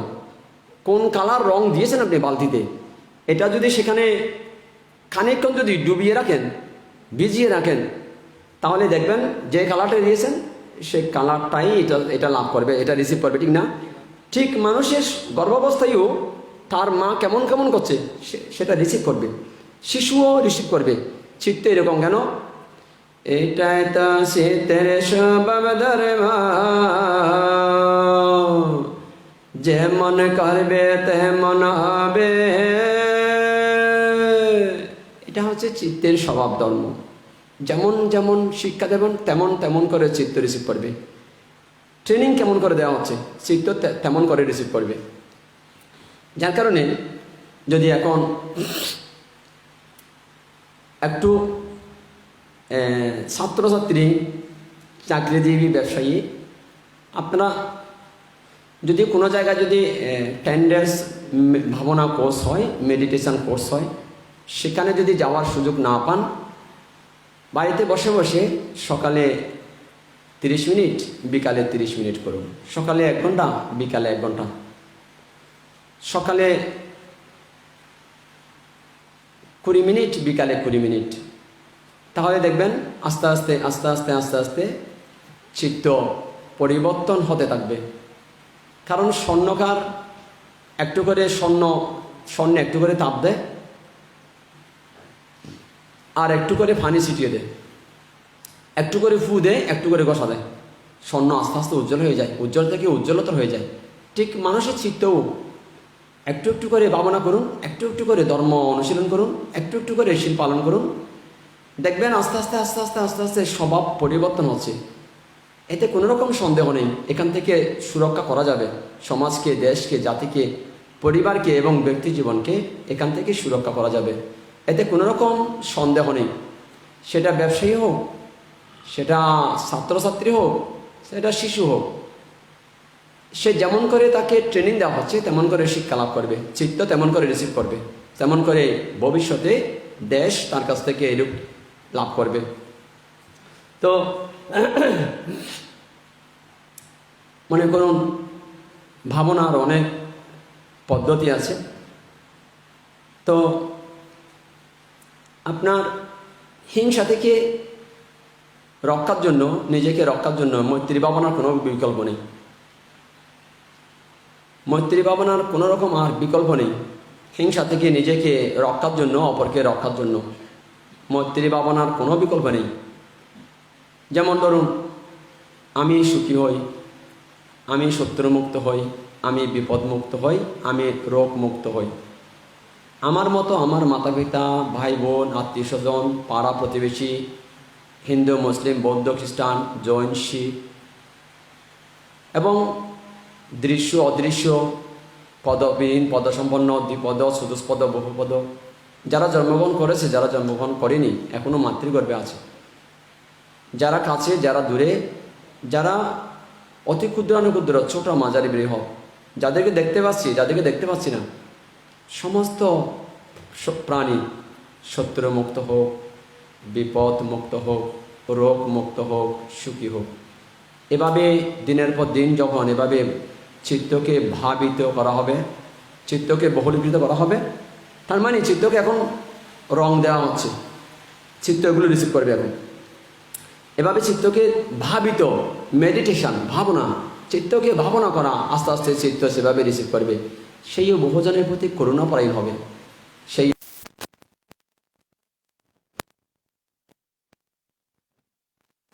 ক্রূরতা, হিংস্রতা, হানাহানি, বিদ্বেষ, জোর জুলুম, অত্যাচার, নির্যাতন, নিপীড়ন, একমাত্র ওই চিত্ত। মানুষ শিক্ষিত হয়েছে কিন্তু চিত্ত অশিক্ষিত। মানুষ ডিগ্রি লাভ করেছে কিন্তু চিত্ত অশিক্ষিত। চিত্ত এখনো জঙ্গলের মতো রয়ে গেছে। যার কারণে রাস্তাঘাটে, ফুটপাতে, টিনের ঘরে আর বিল্ডিংয়ে, এসিতে, বিশ্ববিদ্যালয়ের প্রফেসর আর বিজ্ঞানী আর ডাক্তার, উকিল, ব্যারিস্টার, দিন মজুর থেকে বিকারি থেকে রাজপ্রাসাদে অবস্থানকারী সবার কাছ থেকে একই রকম আচরণ দেখা যাচ্ছে। কেন? চিত্ত। চিত্ত। যার কারণে যেমন এখন যে এত বিপদের কারণ হচ্ছে চিত্ত। দেখুন, একটা জঙ্গলের মধ্যে যে হাতি বসবাস করে, আপনারা জানেন জঙ্গলে হাতি, জঙ্গলে হস্তি। সে কোনো কারণে এদিক সেদিক আসলে, রাস্তায় যদি নেমে আসে, যদি কোনো মহল্লায়, কোনো পাড়ায়, কোনো এলাকায় ঢুকে পড়ে, মানুষের ফসল, ঘরবাড়ি, মানুষকে যেখানে যাকে পায় সেই মেরে ফেলে, ঠিক না? ঘর উল্টিয়ে দেয়, ফসল নষ্ট করে দেয়, গাড়ি উল্টিয়ে দেয়, মানুষ ফেলে আসাদ দিয়ে মেরে ফেলে, ঠিক না? তো কেন? সে জঙ্গলে হস্তি। তাই তাকে যদি কোনো একটা শিক্ষিত হস্তি দিয়ে, কোনো একটা মাহুত তাকে যদি কলা কৌশলে ধরে, তাকে যদি দীর্ঘ সময় ধরে প্রশিক্ষণ দেওয়া হয়, তাহলে দেখবেন এই হাতি একদিন মানুষের ঘরবাড়ি নষ্ট করে দিয়েছে, ফসল নষ্ট করে দিয়েছে, মানুষকে তুলে আসাদ দিয়ে মেরে ফেলেছে। এখন সেই হস্তি আপনার কত উপকারী, এখন আপনি হস্তির পিঠে উঠে তাকে দিয়ে কত গাছ টানাচ্ছেন, বাঁশ টানাচ্ছেন, কত কিছু করছেন, সে এখন কত উপকারী, ঠিক না? সে কত কল্যাণ করছে। এখন মানুষের চিত্তও ওই জঙ্গলে হস্তির মতো, এখন মাকে অত্যাচার, বাবাকে অত্যাচার, জাতিকে, এই জাতিকে, সেই জাতিকে, এই মানুষকে, সেই মানুষকে, এরকমভাবে অত্যাচার করছে। এখন চিত্ত ও অনেকটা জঙ্গলে হাতির মতো। এই চিত্তকে প্রশিক্ষণ, ও জঙ্গলে হাতিকে যেমন একটা মাহুত দিয়ে, শিক্ষিত হাতি দিয়ে, মাহুত দিয়ে প্রশিক্ষণ দেওয়ার পর সে এখন মহাকল্যাণ করছে, কেবল আপনার উপকার করছে এখন। তো ঠিক চিত্তও, তাকেও একটা ট্রেনিং দেওয়া, একটা শিক্ষা দেওয়া, এই ভাবনা পদ্ধতি দিয়ে তাকে ট্রেনিং দেওয়া। আমরা শিখাবো চিত্তকে, বহুজনের কল্যাণের কথা শিক্ষা দেব। এটা একমাত্র মেডিটেশন ব্যতীত এটা অন্যভাবে সম্ভব নয়। অনেকে হয়তো ভালো ভালো বই পড়বেন, বহু উপদেশ শুনবেন, এতে তেমন কাজ দেবে না যতটা উপকার পাওয়া যাবে ভাবনা থেকে, মেডিটেশন থেকে। আপনি ঠিক বলেছেন যে ভাবনার দ্বারা এটাকে রিকভার করা যায় কিনা, এই গ্যাপটা ফিল আপ করা যায় কিনা, অতি উত্তম প্রশ্ন করেছেন। ভাবনা দ্বারা এটাকে ফিল আপ করা যাবে, এই গ্যাপটা ফিল আপ করা সম্ভব হবে। তোর জন্য সবাইকে মেডিটেশন করতে হবে এবং সময় দিতে হবে। ডেলি দৈনিক 1 ঘন্টা করে হোক, যদি আর একটু সময় থাকে 2 ঘন্টা করে হোক, সময় কম থাকলে 20 মিনিট করে 40 মিনিট হোক, 15 মিনিট করে 30 মিনিট হোক, 10 মিনিট করে 20 মিনিট হোক। সময় একদম থাকবে না এমন হতে পারে না। তো এভাবে ভাবনা যতই করবেন, আস্তে আস্তে আস্তে আস্তে, ধরুন এখন হয়তো সেই ব্যক্তিগত পারিবারিক চিন্তা ভাবনা ব্যতীত সেই আত্মীয়ের কথা চিন্তা করে না, সমাজের কথা চিন্তা করে না। কেন? তার চিত্ত এতটা সংকুচিত হয়ে গেছে, কেবল সেখানে তার পরিবারের 2 জন ছাড়া আর বাকিদের কোনো স্থান নেই। যখন এভাবে ভাবনা করবেন, আমি শত্রুমুক্ত হই, আমি বিপদমুক্ত হই, আমি রোগমুক্ত হই, আমি সুখী হই, আমার মতো আমার মাতা পিতা, ভাই বোন, পাড়া প্রতিবেশী, আত্মীয় স্বজন, হিন্দু মুসলিম বৌদ্ধ খ্রিস্টান, দৃশ্য অদৃশ্য প্রাণী, সবার কথা যখন চিন্তা করবেন, সকলেই শত্রুমুক্ত হোক, সকলেই বিপদমুক্ত হোক, সকলে রোগমুক্ত হোক, সকলেই সুখী হোক। আস্তে আস্তে আস্তে আস্তে তার সংকীর্ণতা আস্তে আস্তে আস্তে আস্তে মৃত্যুবরণ করবে, সেখানে উদারতার জন্ম হবে। এই হচ্ছে বিজ্ঞান, এই হচ্ছে সাইকোলজি, এই মনস্তত্ত্ব এরকম। মন আস্তে আস্তে এভাবে হবে। 2500 বছর আগে বুদ্ধেরা যখন আবির্ভাব হয়, সেখানে দেখা যাচ্ছে এই সাধন ভবনের মাধ্যমে মানুষের যে কিভাবে অগ্রগতি, শ্রীবৃদ্ধি, উন্নতি হয়েছে তা চিন্তার অতীত, তা কল্পনার অতীত। কিন্তু আজকে মানুষ সেই বিদ্যা হারিয়ে ফেলেছে, সেই বিদ্যা মানুষ এখন অভ্যাস করে না। তাই এখন বই পড়ে আর কেবল একটু করে কথা শুনে, শোনা কথা আর পড়া কথা। এ কারণে দেখুন, চিত্ত পরিবর্তনের জন্য ভাবনা দরকার, মেডিটেশন দরকার। শোনা আর পড়া দিয়ে পর্যাপ্ত নয় চিত্ত পরিবর্তনের জন্য, এটা সম্ভব নয়। কারণ ধরুন যারা একটু পড়াশোনা বেশি করেছে, তারা পণ্ডিত ভাব, জ্ঞানী ভাব, আসলে জ্ঞানী নয়। কেন? হয়তো মনে করুন এটা শ্রুতময় জ্ঞান আর এটা চিন্তাময় জ্ঞান। তো চিন্তাময় জ্ঞান আর শ্রুতময় জ্ঞান হয়তো আপনাকে পার্থিব সুখ স্বাচ্ছন্দ্য থাকার জন্য, সুখ স্বাচ্ছন্দ্যে লাভের জন্যই ভোগ্য সামগ্রী হয়তো আপনাকে সংগ্রহ করে দেবে, চিন্তাময় জ্ঞান আর শ্রুতময় জ্ঞান। কিন্তু মানসিক ডেভেলপের জন্য এই ক্রূরতা, হিংস্রতা, হানাহানি, মারামারি, লোভচিত্ত, দেশযুক্ত, মোহযুক্ত চিত্ত, এখান থেকে রক্ষার জন্য মেডিটেশন ব্যতীত, ভাবনা ব্যতীত বিকল্প কোনো রাস্তা নেই। এটার মাধ্যমে নিঃসন্দেহে এখান থেকে মানুষ পরিত্রাণ লাভ করতে পারবে। তো এই কারণে আপনার যেটা চিন্তাময় জ্ঞান আর শ্রুতময় জ্ঞান, এটা কীরকম? এটা মানুষকে এতটা সাহায্য করতে পারে না, মানে ডেভেলপের ক্ষেত্রে। কীরকম ডেভেলপ? মানসিক ডেভেলপের ক্ষেত্রে, মনের বিকাশের ক্ষেত্রে। হয়তো গাড়ি বাড়ি হবে, বিল্ডিং হবে, জায়গা জমি হবে, কিন্তু আপনার মানসিকতা ওই রকম থেকে যাবে। ওই মারামারি, কাটাকাটি, যুদ্ধ, মামলা, মোকদ্দমা, হিংসা, হিংসি, কাটাকাটি, এগুলো থাকবে। তার কারণ হচ্ছে, দেখুন কেন এরকম হয়? এরকম হওয়ার কারণ হচ্ছে শ্রুতময় জ্ঞানারে চিন্তময় জ্ঞান, পদানে সম্পদ লোকে বারে অভিমান। যাদের একটু চিন্তাময় জ্ঞান আর শ্রুতময় জ্ঞান, এই দুই জ্ঞানকে কাজে লাগিয়ে বিল্ডিং, গাড়ি, বাড়ি, অনেক কিছু করতে পারে। তখন তাদের অহংকারে আত্মীয় অনাত্মীয় হয়ে যায়, আপন পর হয়ে যায়, পর আপন হয়ে যায়। তখন তাদের যে গরিব দুঃখী আত্মীয়, তাদেরকে আর চিনতে পারে না। কেন? সে তো তার বুদ্ধিশুদ্ধি, চতুরতা অ্যাপ্লাই করে বিল্ডিং টিল্ডিং করে ফেলেছে, গাড়ি বাড়ি করে ফেলেছে। সে এখন আর গরিব আত্মীয়কে, গরিব মানুষকে আর দেখতে পাচ্ছে না, ধর্ম আর দেখতে পাচ্ছে না। কেন? অহংকার। তাই শ্রুতময় জ্ঞান আর চিন্তাময় জ্ঞান মানুষের জন্য মহাকাল হয়ে দাঁড়ায়। এ কারণে এই দুটো জ্ঞান থাকলে মানুষের অহংকার বেড়ে যায়, বিল্ডিং টিল্ডিং হয়, গাড়ি বাড়ি হয়, কিন্তু এতে করে আরো বন্ধনে জড়িত হতে হয়। বন্ধন মুক্ত হয় না, বন্ধনে যুক্ত হয়ে যায়। কেন? অহংকার বেড়ে যায়। এ কারণে মুক্তির জন্য দরকার এখান থেকে শ্রী অনব বড়ুয়া আপনি যে প্রশ্ন করেছেন, এখান থেকে বেরোতে গেলে ভাবনাময় জ্ঞান লাগবে। এ কারণে ভাবনাময় জ্ঞান বিনা মুক্তি নাই হয়। ভাবনাময় জ্ঞান ছাড়া এখান থেকে মুক্তি হতে পারে না, মুক্ত হতে পারে না। এখান থেকে মানুষ বাইরে বেরিয়ে যাওয়া সম্ভব নয় ভাবনাময় জ্ঞান ছাড়া। আপনি ঠিক প্রশ্ন করেছেন, ভাবনাময় জ্ঞান দিয়ে এখান থেকে বাইরে বেরিয়ে যাওয়া যাবে, রাস্তা খোলা আছে। তো এই জ্ঞান লাভের জন্যই মানুষকে সচেষ্ট হতে হবে যে আমরা ভাবনায় 5 মিনিট, 10 মিনিট, 20 মিনিট, 30 মিনিট, আমরা 1 ঘন্টা করে দৈনিক সময় দেব। অনেকেই বলে, বান্তে আমাদের সময় নেই। কেন সময় নেই? আমি চাকরি করি, আমি ব্যবসা করি, আমি লেখাপড়া করি, আমি মাস্টারি করি, আমি টিউশনি করি, আমার সময় নেই।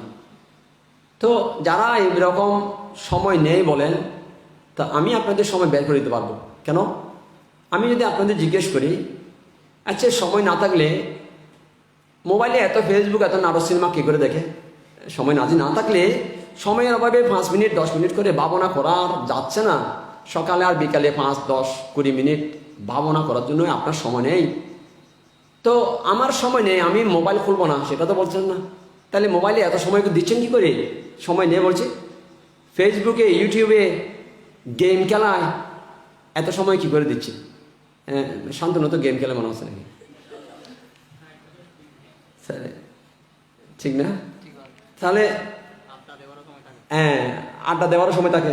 তা এত সময় নেই, এই মানুষটার সময় নেই বলছে, এই সময়গুলো কোত্থেকে আসলো? ঠিক না? তো চিত্তকে ঠিক করার জন্য সময় নেই বলছে, এই সময়গুলো কোত্থেকে আসবে? এখন না বলো সময় নেই। তাহলে আচ্ছা সময় নেই বলে 10 মিনিট, 5 মিনিট ভাবনা করতে পারেনি। আচ্ছা যদি জিজ্ঞেস করি, আজকের দিনে কি ভাত খেয়েছেন? আমি সময় নেই, ভাত খেতে পারিনি, বরং তো 3 বেলা ভাত খেয়েছেন। আচ্ছা সময় নেই, 3 বেলা ভাত কী করে খেলেন? সময় তো নেই। আপনি ভাত খাওয়ার জন্য সময় কী করে পেলেন? 20 মিনিট করে 60 মিনিট, 20 60 মিনিট, ঠিক না? 3 বেলা ভাত খেয়েছেন, তাহলে 3 20 1 ঘন্টা। তা আপনার সময় নেই বলেছেন, এই সময়গুলো কোথেকে পেলেন? সময় নেই বলা হয়েছে। আচ্ছা, সময় আধা ঘন্টা করে ভাবনা করার সময় পাচ্ছেন না, মানে জীবনকে এখান থেকে বাইরে বের করে নেওয়ার জন্য এই সমাজ, পরিবার, দেশ, জাতি, সমাজ, এই অশান্ত পরিবারকে, অশান্ত পরিবেশকে, অশান্ত দেশকে একটু শান্তিতে রাখার জন্য, নিজের মনের বিকার থেকে নিজেকে মুক্ত করার জন্য যে ভাবনার সময় নেই। আচ্ছা, যদি জিজ্ঞেস করি আপনি কি আজকে 24 ঘন্টার মধ্যে ঘুমিয়েছেন, উত্তর কি দেবে? ক ঘন্টা? 8 ঘন্টা। তো যে মানুষটা 1 ঘন্টা আধা ঘন্টা সময় নেই, বলছে 8 ঘন্টা সময় কী করে ফেলো ঘুমানোর জন্য? ঘুমানোর জন্য সময় কী করে পেল? আমার সময় নেই, আমি ঘুমাবো না, আমার সময় নেই, আমি খাবো না, আমার সময় নেই, আমি স্নান করবো না, আমার সময় নেই, আমি নাটক সিনেমা দেখবো না, সেটা তো বলেনি। কেবল যখন দেশ, জাতি, সমাজ, দুঃখ থেকে মুক্তির কথা বলা হলো ভাবনার জন্য, মেডিটেশনের জন্য, বলছে আমার সময় নেই। এগুলো সময় নেই তা নয়, এগুলো মানুষের সব নানান অজুহাত। বাঁ হাত আছে একটা, ডান হাত আছে একটা, অজুহাতের শেষ নেই, অজুহাত অজস্র। তাই যার সৎ ইচ্ছা থাকে তিনি উপায় উদ্ভাবন করেই ছাড়বে। কি করবে? যার সৎ ইচ্ছা থাকে তিনি উপায় উদ্ভাবন করবেন, যার সৎ ইচ্ছার অভাব তিনি অজুহাত শুরু করবেন। তাহলে এখন সবাই অজুহাত শুরু করছি, বামা তো নেই, ডানা তো নেই, সব অজুহাত, অজুহাতও তো শেষ নেই। এ কারণে মানুষ যদি এই রাস্তায় গমন না করে তাহলে মানুষ কোনোদিন এখান থেকে বাইরে বেরোতে পারবে না। যেই অশান্ত পরিবেশ, যে অশান্ত সমাজ, যে অশান্ত জীবন, যেই দুঃখী জীবন, সেই দুঃখী জীবন, দুঃখী সমাজ, দুঃখী পরিবার, দুঃখী দেশ থাকবে, সুখ আসতে পারে না। আসলেও তৃণাগ্রে শিশির বিন্দুর মতো সুখ আসবে। কিরকম? তৃণাগ্রে শিশির বিন্দুর মতো সুখ আসবে, এর সাথে অধিক সময়ের জন্য সুখ আসতে পারে না। কি দেশ, কি জাতি, কি সমাজ, কি পরিবার, কি ব্যক্তি জীবন, আর কি পৃথিবীতে। আমি আপনাদের 100%, আমি 100% এটা মানে নিশ্চিত বলছি আপনাদেরকে, তৃণাগ্রে শিশির বিন্দু যেমন ক্ষণস্থায়ী, মানুষের জীবনেও সুখ এই ক্ষণস্থায়ী আসবে, দীর্ঘস্থায়ী সুখ আসতে পারে না যদি মানুষ চিত্তকে পরিবর্তন না করে, সাধনা ভাবনা করে, মানুষ যদি পরিবর্তনের প্রয়াস না করে। আপনারা বলতে পারেন তৃণাগ্রে শিশির বিন্দু এটা কীরকম উপমা? এটা হচ্ছে শীতকালে গাছের আগায়, গাছের মাথায় কিছু কিছু কুয়াশা দেখা যায়। আপনি হয়তো যাচ্ছেন, কুয়াশায় পাটা ভিজে গেছে, যখন সূর্য উঠে গেছে আর এক ফোঁটাও নেই, কেমন কোথায় যেন গোপনতা ধারণ করলো, কোথায় যেন পালিয়ে গেল। এই গেলেন, এই ফিরার সময় সূর্য যখন উঠে গেল, সূর্যের তাপ যখন লেগে গেছে, যেই কুয়াশা যাওয়ার সময় পা ভিজে গেছে, কাপড় ভিজে গেছে, 1 ঘন্টা পরে যখন সূর্য উঠে গেল, নেই আর কুয়াশাগুলো, এত খোঁজাখুঁজি নেই, পাওয়া গেল না। তার মানে কোথায় যেন পালিয়ে গেল, কোথায় যেন গোপনতা ধারণ করলো, মুহূর্তের মধ্যে শেষ। যতক্ষণ পর্যন্ত সূর্য না উঠছে, তাপ না পড়ছে, ততক্ষণ পর্যন্ত তাদের জীবন ছিল, তারা ছিল। সূর্যের তাপ পড়ার সাথে সাথে নেই আর। মানুষের জীবনে এরকম তৃণাগ্রে শিশির বিন্দুর মতো ক্ষণিক সুখ থাকবে, দীর্ঘস্থায়ী সুখ আসতে পারে না। এই জন্য যারা ভাবনা করে না তাদের মধ্যে ধৈর্য ক্ষমতা কম, সহ্য ক্ষমতা কম, সহনশীলতা কম। আর যারা ভাবনা করে তাদের মধ্যে ধৈর্য বেশি, সহ্য বেশি, উৎসাহ বেশি, উদ্যম বেশি, সাহস বেশি, তারা ক্লান্ত হয় না। এ কারণে মেডিটেশন এটা এমন একটা মেডিসিন, মানুষকে সর্বগুণে গুণান্বিত করে। ধৈর্য বাড়ায়, সহ্য বাড়ায়, সংযম বাড়ায়, প্রজ্ঞা বাড়ায়, স্মৃতি বাড়ায়, মেধা বাড়ায়। ছাত্রছাত্রীর জন্য আরও বেশি প্রয়োজন, আপনার মেধা বাড়িয়ে দেবে। যে প্রশ্ন 1 ঘন্টায় মুখস্থ করতে পারছে না, সেটা আধা ঘন্টায় মুখস্থ করতে পারবে। কেন? চিত্তে স্থির হয়েছে। এই আপনার এই ঠোঁটের অগ্রভাগে, ঠোঁটের উপরে, নাসিকার অগ্রভাগে চিত্তকে এখানে নিবন্ধ করে শ্বাস, মানে উত্থান এবং পতন, অর্থাৎ শ্বাস ত্যাগ করা এবং শ্বাস গ্রহণ করা, সেটাও ভাবনা করতে পারেন আপনারা। চিত্তকে কন্ট্রোলে আনার জন্য, চিত্তকে দমন করার জন্য, নিজেকে সংযত করার জন্য, বিক্ষিপ্ত, চঞ্চল, অস্থির চিত্তকে স্থির করার জন্য। এটার কোনো বিকল্প নেই, ভাবনার কোনো বিকল্প নেই। আপনারা এভাবে ভাবনা অনুশীলন করতে পারেন। হিংসাকে দুর্বল করার জন্য এই মৈত্রী ভাবনা করতে পারেন, এই ভাবনার আশ্রয় নিতে পারেন আপনারা। তো তাহলে দেখুন, পরিবারের মধ্যে ছাত্রছাত্রী, মাতা পিতা, বয়োবৃদ্ধরা রোজ একটু বুদ্ধ বন্দনা এবং 5-10 মিনিট করে 30 মিনিট করে ভাবনা অনুশীলন, দেখবেন আস্তে আস্তে আস্তে আস্তে হিংসা দুর্বল হবে, মৈত্রী শক্তিশালী হবে। আস্তে আস্তে ক্রূরতা, হিংস্রতা দুর্বল হতে থাকবে, সেখানে করুণা, মৈত্রী, ভালোবাসা সেগুলো শক্তিশালী হবে। দেখবেন সমাজে তখন শান্তি বিরাজ করবে। তখন আমাদের আর ইন্টারন্যাশনাল ন্যাশনাল পিস কনফারেন্স আমাদের আর দরকার হবে না। সেগুলো ছাড়া আমরা শান্তিতে থাকতে পারবো, আমরা সুখে থাকতে পারবো, দেশ শান্তিতে সুখে থাকতে পারবে। মানুষের মধ্যে ধর্ম না থাকাতে, ভাবনা না থাকাতে মানুষ এরকম দিনের পর দিন অরণ্যে বসবাসকারী ব্যাঘ্রের চাইতেও আরও বেশি হিংস্র ভাব ধারণ করছে মানুষ এখন। এটার থেকে একমাত্র বাঁচার জন্য ভাবনা ব্যতীত, মেডিটেশন ব্যতীত বিকল্প কোনো রাস্তা খোলা নেই। এ কারণে দেখবেন দ্রুত পরিবর্তন হয়ে যাবে। সকাল বিকাল 1 ঘন্টা 1 ঘন্টা করুন, যদি সময় থাকে 10 days কোথাও গিয়ে ভাবনা করা দরকার। তাহলে আস্তে আস্তে আস্তে আস্তে চিত্ত আস্তে আস্তে নির্মল হয়ে যাবে। আমি এখানে ভারত বাংলার মধ্যে আমি ভাবনার জন্য আপনাদের সাজেশন দেব। এই হয় আপনারা বান্দরবান আর্য গুহা দূতাঙ্গ বিমুক্তি বিহারে এখনও সেরকম পরিবেশ হয়নি, 10 days ভাবনা করছে, আরও সময় লাগবে, তা আপনি অবগত। চট্টগ্রামের প্রধান দায়ক আপনাকে বলছি, আপনি অবগত। এখানে এখনও 10 days পোজ দেওয়ার মতো এখনও তেমন পরিবেশ পরিস্থিতি অবস্থানের সব কিছু এখনও ঠিকঠাক হয়নি, না হলে এখানেও করা যেত। তো আপাতত আমি যারা 10 days কোর্স করতে চাই, যাদের শক্তি সামর্থ্য আছে, অর্থবিত্ত আছে, আমি বলবো ভারতে SN গোয়েঙ্কা সেন্টারে করার জন্য। মানে সত্যনারায়ণ গোয়েঙ্কা, ওনার সেন্টার বহু জায়গায় আছে। পশ্চিমবঙ্গে একটা সেন্টার আছে কলকাতাতে, সুদপুরে পানিহাটিতে, নাম হচ্ছে ধর্মগঙ্গা। সুদপুর স্টেশনে নেমে আপনার সেখানে একদম অনতি দূরে রিক্সা করে যাওয়া যায়, ধর্মগঙ্গা পানিহাটি। তো সেখানে একটা আছে, পশ্চিমবঙ্গে একটাই সেন্টার আছে এবং বাকিগুলো ভারতবর্ষের বিভিন্ন প্রদেশে রয়েছে SN গোয়েঙ্কা। তো সেখানেই একদম যথার্থ শিক্ষা, প্রপার শিক্ষা, পারফেক্ট শিক্ষা সেখান থেকে পাওয়া যাবে। অন্য জায়গায় হয়তো বেজাল হয়ে গেছে।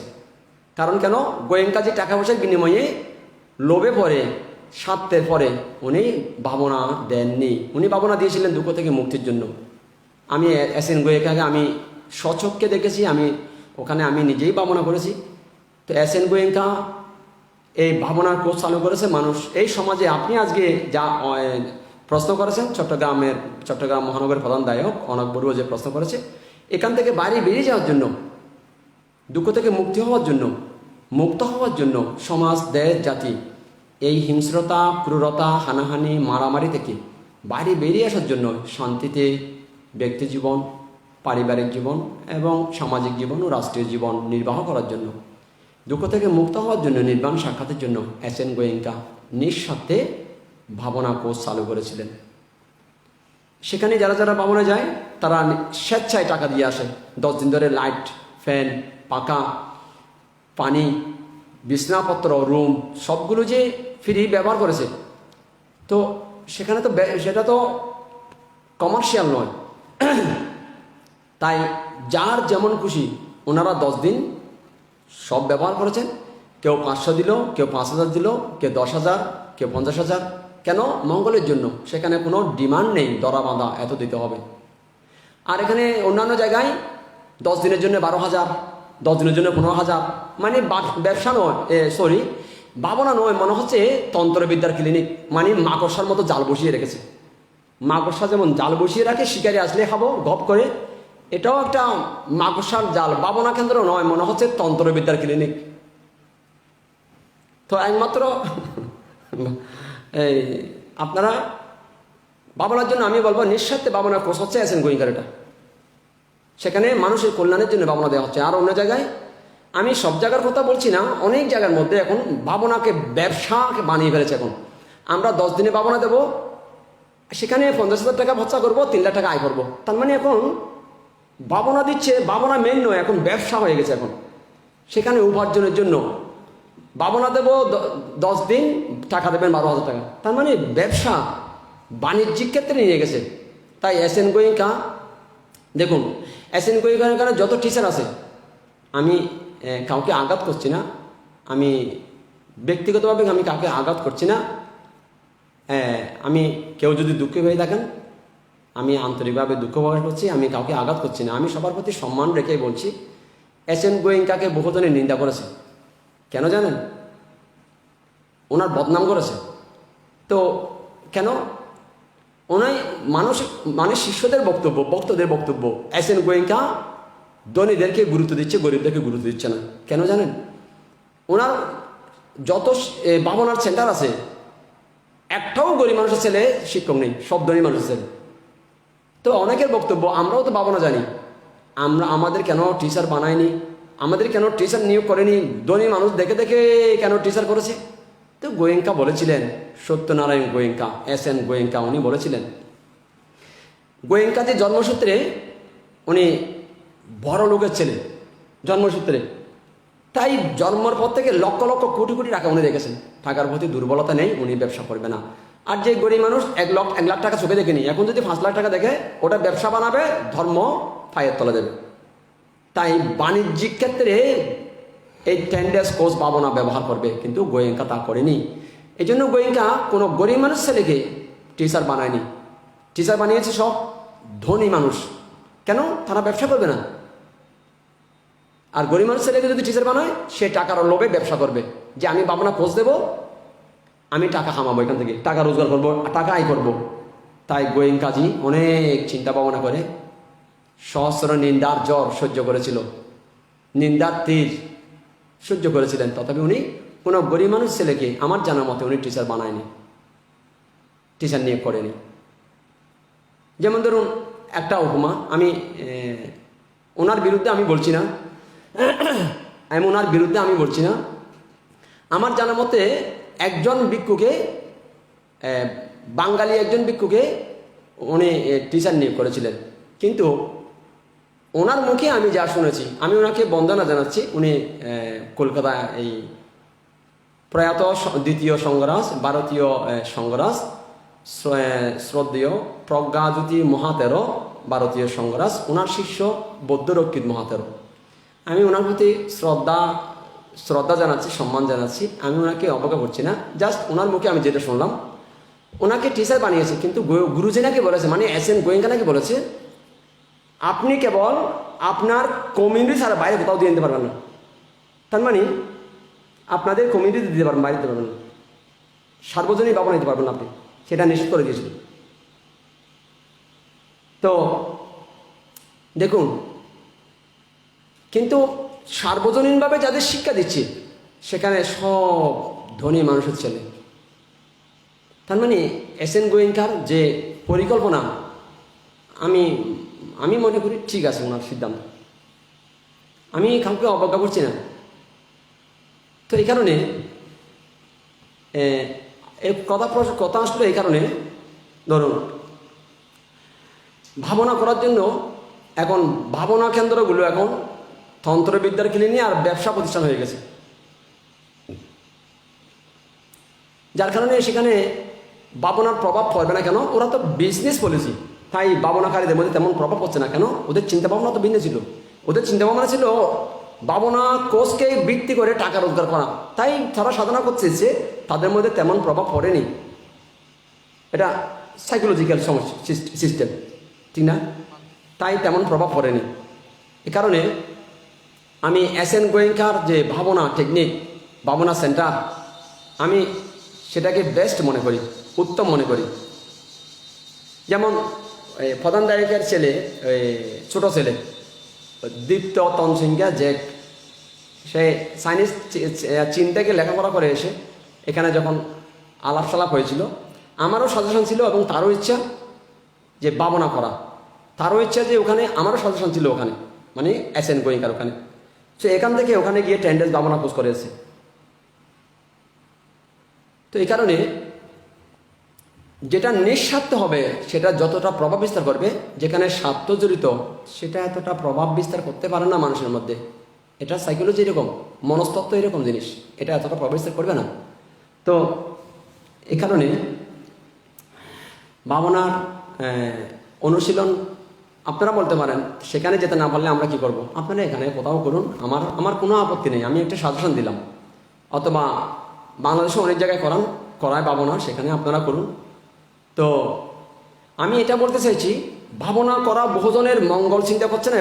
এখন ভাবনা আচার্য, ভাবনাকারী প্রতিষ্ঠান এখন কেবল ভাবনা করছে স্বার্থের জন্য, দুঃখ থেকে মুক্তির জন্য নয়। তাই এটা এখন আর ফলপ্রসূ হচ্ছে না এখন। তো আপনাদের সবাইকে এটা বলবো, বাড়িতে বসে 5, 10, 15, 20, 30 মিনিট কিংবা 1 ঘন্টা সকাল বিকেল আপনারা একটু ভাবনা অনুশীলন করুন, মেডিটেশন অনুশীলন করুন। দেখবেন আস্তে আস্তে আস্তে আস্তে আস্তে আস্তে পরিবর্তন হবে। যেমন আমি এখানে আমি আগে এটা করিনি, এখন বান্দরবন আর্য গুহা দূতাঙ্গ বিমুক্তি বিহারে আমি এখানে আমার ভিক্ষু সংঘ যারা আছে, এখন ওরা আপাতত 6 জন সাধু হয়েছে। প্রধান সেবিকা হেপি চাকমা সাধু হয়েছে, তারপর অর্পিতা বড়ুয়া বান্দরবান আর্য গুহা কিশোরী পরিষদ, তাদের মধ্যে অর্পিতা বড়ুয়া একজন সাধু হয়েছে, কলেজ পড়ুয়া। আর নিউ গুলশান ওই মিলন বড়ুয়া, শিল্পী বড়ুয়া, তাদের মেয়ে শ্রাবন্তী বড়ুয়া সাধু হয়েছে। তারপর ওই বড়ুয়ার ত্যাগের কি নাম, অপর্ণা বড়ুয়া, ওই একজন সাধু হয়েছে। তারপর কিছু পরিষদের ওই রিমা তনসিংহে, তাদের জ্ঞাতি সেলসি তনসিংহে। তো তারা এখন 6 জন সাধু হয়েছে। তো এখন সব মিলে আমরা 23 তারিখ যেদিন থেকে বর্ষবাস অনুষ্ঠান করা হয়েছে, তা আমি এবার একটা অনুষ্ঠান করেছি আমার শিষ্যদের নিয়ে। 90 ডেজ, যেটা এসএন গোয়েঙ্কার ওখানে হয়, 10 ডেজ, 20 ডেজ, 30 ডেজ, 45 ডেজ এবং 90 ডেজ কন্টিনিউ ভাবনা মেডিটেশন। তা আমি এখানে 90 ডেজ আমি এটা কোর্স, এটা 90 ডেজ আমি আমার শিষ্যদের নিয়ে কন্টিনিউ এভাবে 90 দিনের জন্যই আমরা ফুল বর্ষবাস সকাল 4:30 থেকে কিংবা 5টা থেকে রাত 8:30, 9টা পর্যন্ত কন্টিনিউ ভাবনা চলবে 90 ডেজ। তো আজকে শুক্রবারে কেবল লাইভটা চলবে, আর অন্যদিন এভাবে সকাল 4:30টার পর থেকে 5টা থেকে আর এদিকে রাত 8:30, 9টা, 9:30 পর্যন্ত কন্টিনিউ ভাবনা চলবে। এটা 90 ডেজ এভাবে চলবে। এটা কেবল আমি এবং আমার শিষ্যদের নিয়ে এভাবেই 90 ডেজ চলবে। এখন যারা সাধু হয়েছে তারা 10 দিন থাকবে, তারাও এখন 10 ডেজ, তাদেরও এটা এখন ভাবনা কোর্স হচ্ছে, তারা এভাবে 10 ডেজ এখানে ভাবনায় থাকছে এখন। তো এভাবে এটা মানুষের চিত্ত পরিবর্তনের জন্য, এছাড়া বিকল্প কোনো মার্গ নেই, বিকল্প কোনো পন্থা নেই। তো আপনাদের সবাইকে সাধুবাদ জানাচ্ছি। আপনারা এভাবে বাড়িতে সন্ততি নিয়ে যদি আপনারা ভবিষ্যতে সর্বদিকে শ্রীবৃদ্ধি প্রত্যাশা করেন, তাহলে আপনাদেরকে এই রাস্তা অবলম্বন করতে হবে। চিত্ত পরিবর্তন ব্যতীত অন্য কোনো কিছু সুন্দর হতে পারে না। কায়িক কর্ম সেটাও অপরিশুদ্ধ হবে, মনোকর্ম সেটাও অপরিশুদ্ধ হবে, বাচনিক কর্ম সেটাও অপরিশুদ্ধ হবে যদি মনকে ঠিক না করা হয়। এই জন্য মনকে ঠিক করলে দেখবেন বাকি সব ঠিক হয়ে যাবে, সবগুলো নিয়ন্ত্রণে করা সম্ভব। তো আপনাদের সবার কল্যাণ হোক, আপনাদের সবার মঙ্গল হোক, আপনাদের সবার স্বস্তি হোক। এই সময়ের মধ্যে একটা গুরুত্বপূর্ণ প্রশ্ন করেছে যে চট্টগ্রাম মহানগর প্রধান দায়ক অনক বড়ুয়া, আপনাকে খুব সাধুবাদ জানাচ্ছি। আপনি খুব একটা গুরুত্বপূর্ণ প্রশ্ন করেছেন। আপনি আরও দীর্ঘ আয়ু, নিরোগ, দীর্ঘ জীবন কামনা করছি। তো আপনি সময় পেলে একটু করে আর্য গুহায় এসে ঘুরে যান। ব্যবসা তো অনেক করেছেন, আপনি একটু করে ঘুরে যান। ওই উপাসক পিরঞ্জন বড়ুয়াকে একটু নিয়ে আসলে ভালো হবে। আপনারা লাইভে থাকলে যদি বান্ধব এখন যদি লাইভে থাকেন, তাহলে আপনারা একটু এসে ঘুরে গেলে ভালো হবে। তো আপনাদের সবার স্বস্তি কামনা করছি। সমস্ত মানব সম্প্রদায়, দেশ, জাতি, সমাজ সব দিকে উন্নত হোক, শ্রীবৃদ্ধি হোক। মানুষ আস্তে আস্তে হিংস্রতা, ক্রূরতা, হানাহানি এখান থেকে বাইরে বেরিয়ে আসুক। বুদ্ধের যে বিশ্বমৈত্রী ছিল সেটা সবার মধ্যে বিরাজমান হোক। বিশ্বমৈত্রী আপনারা কেবল নিজের জন্য নয়, জগতের সবার জন্য মৈত্রী বিতরণ করুন। হিন্দু, মুসলিম, বৌদ্ধ, খ্রিস্টান সবাই ভালো থাকুক, অন্যান্য প্রাণী সবাই সুস্থ থাকুক। আপনাদের সবার মঙ্গল হোক, সবার জীবন শত্রুমুক্ত হোক, সবার জীবন বিপদমুক্ত হোক, সবার জীবন রোগমুক্ত হোক। সবার জীবন সুখী হোক, সবার স্বস্তি মুক্তি হোক।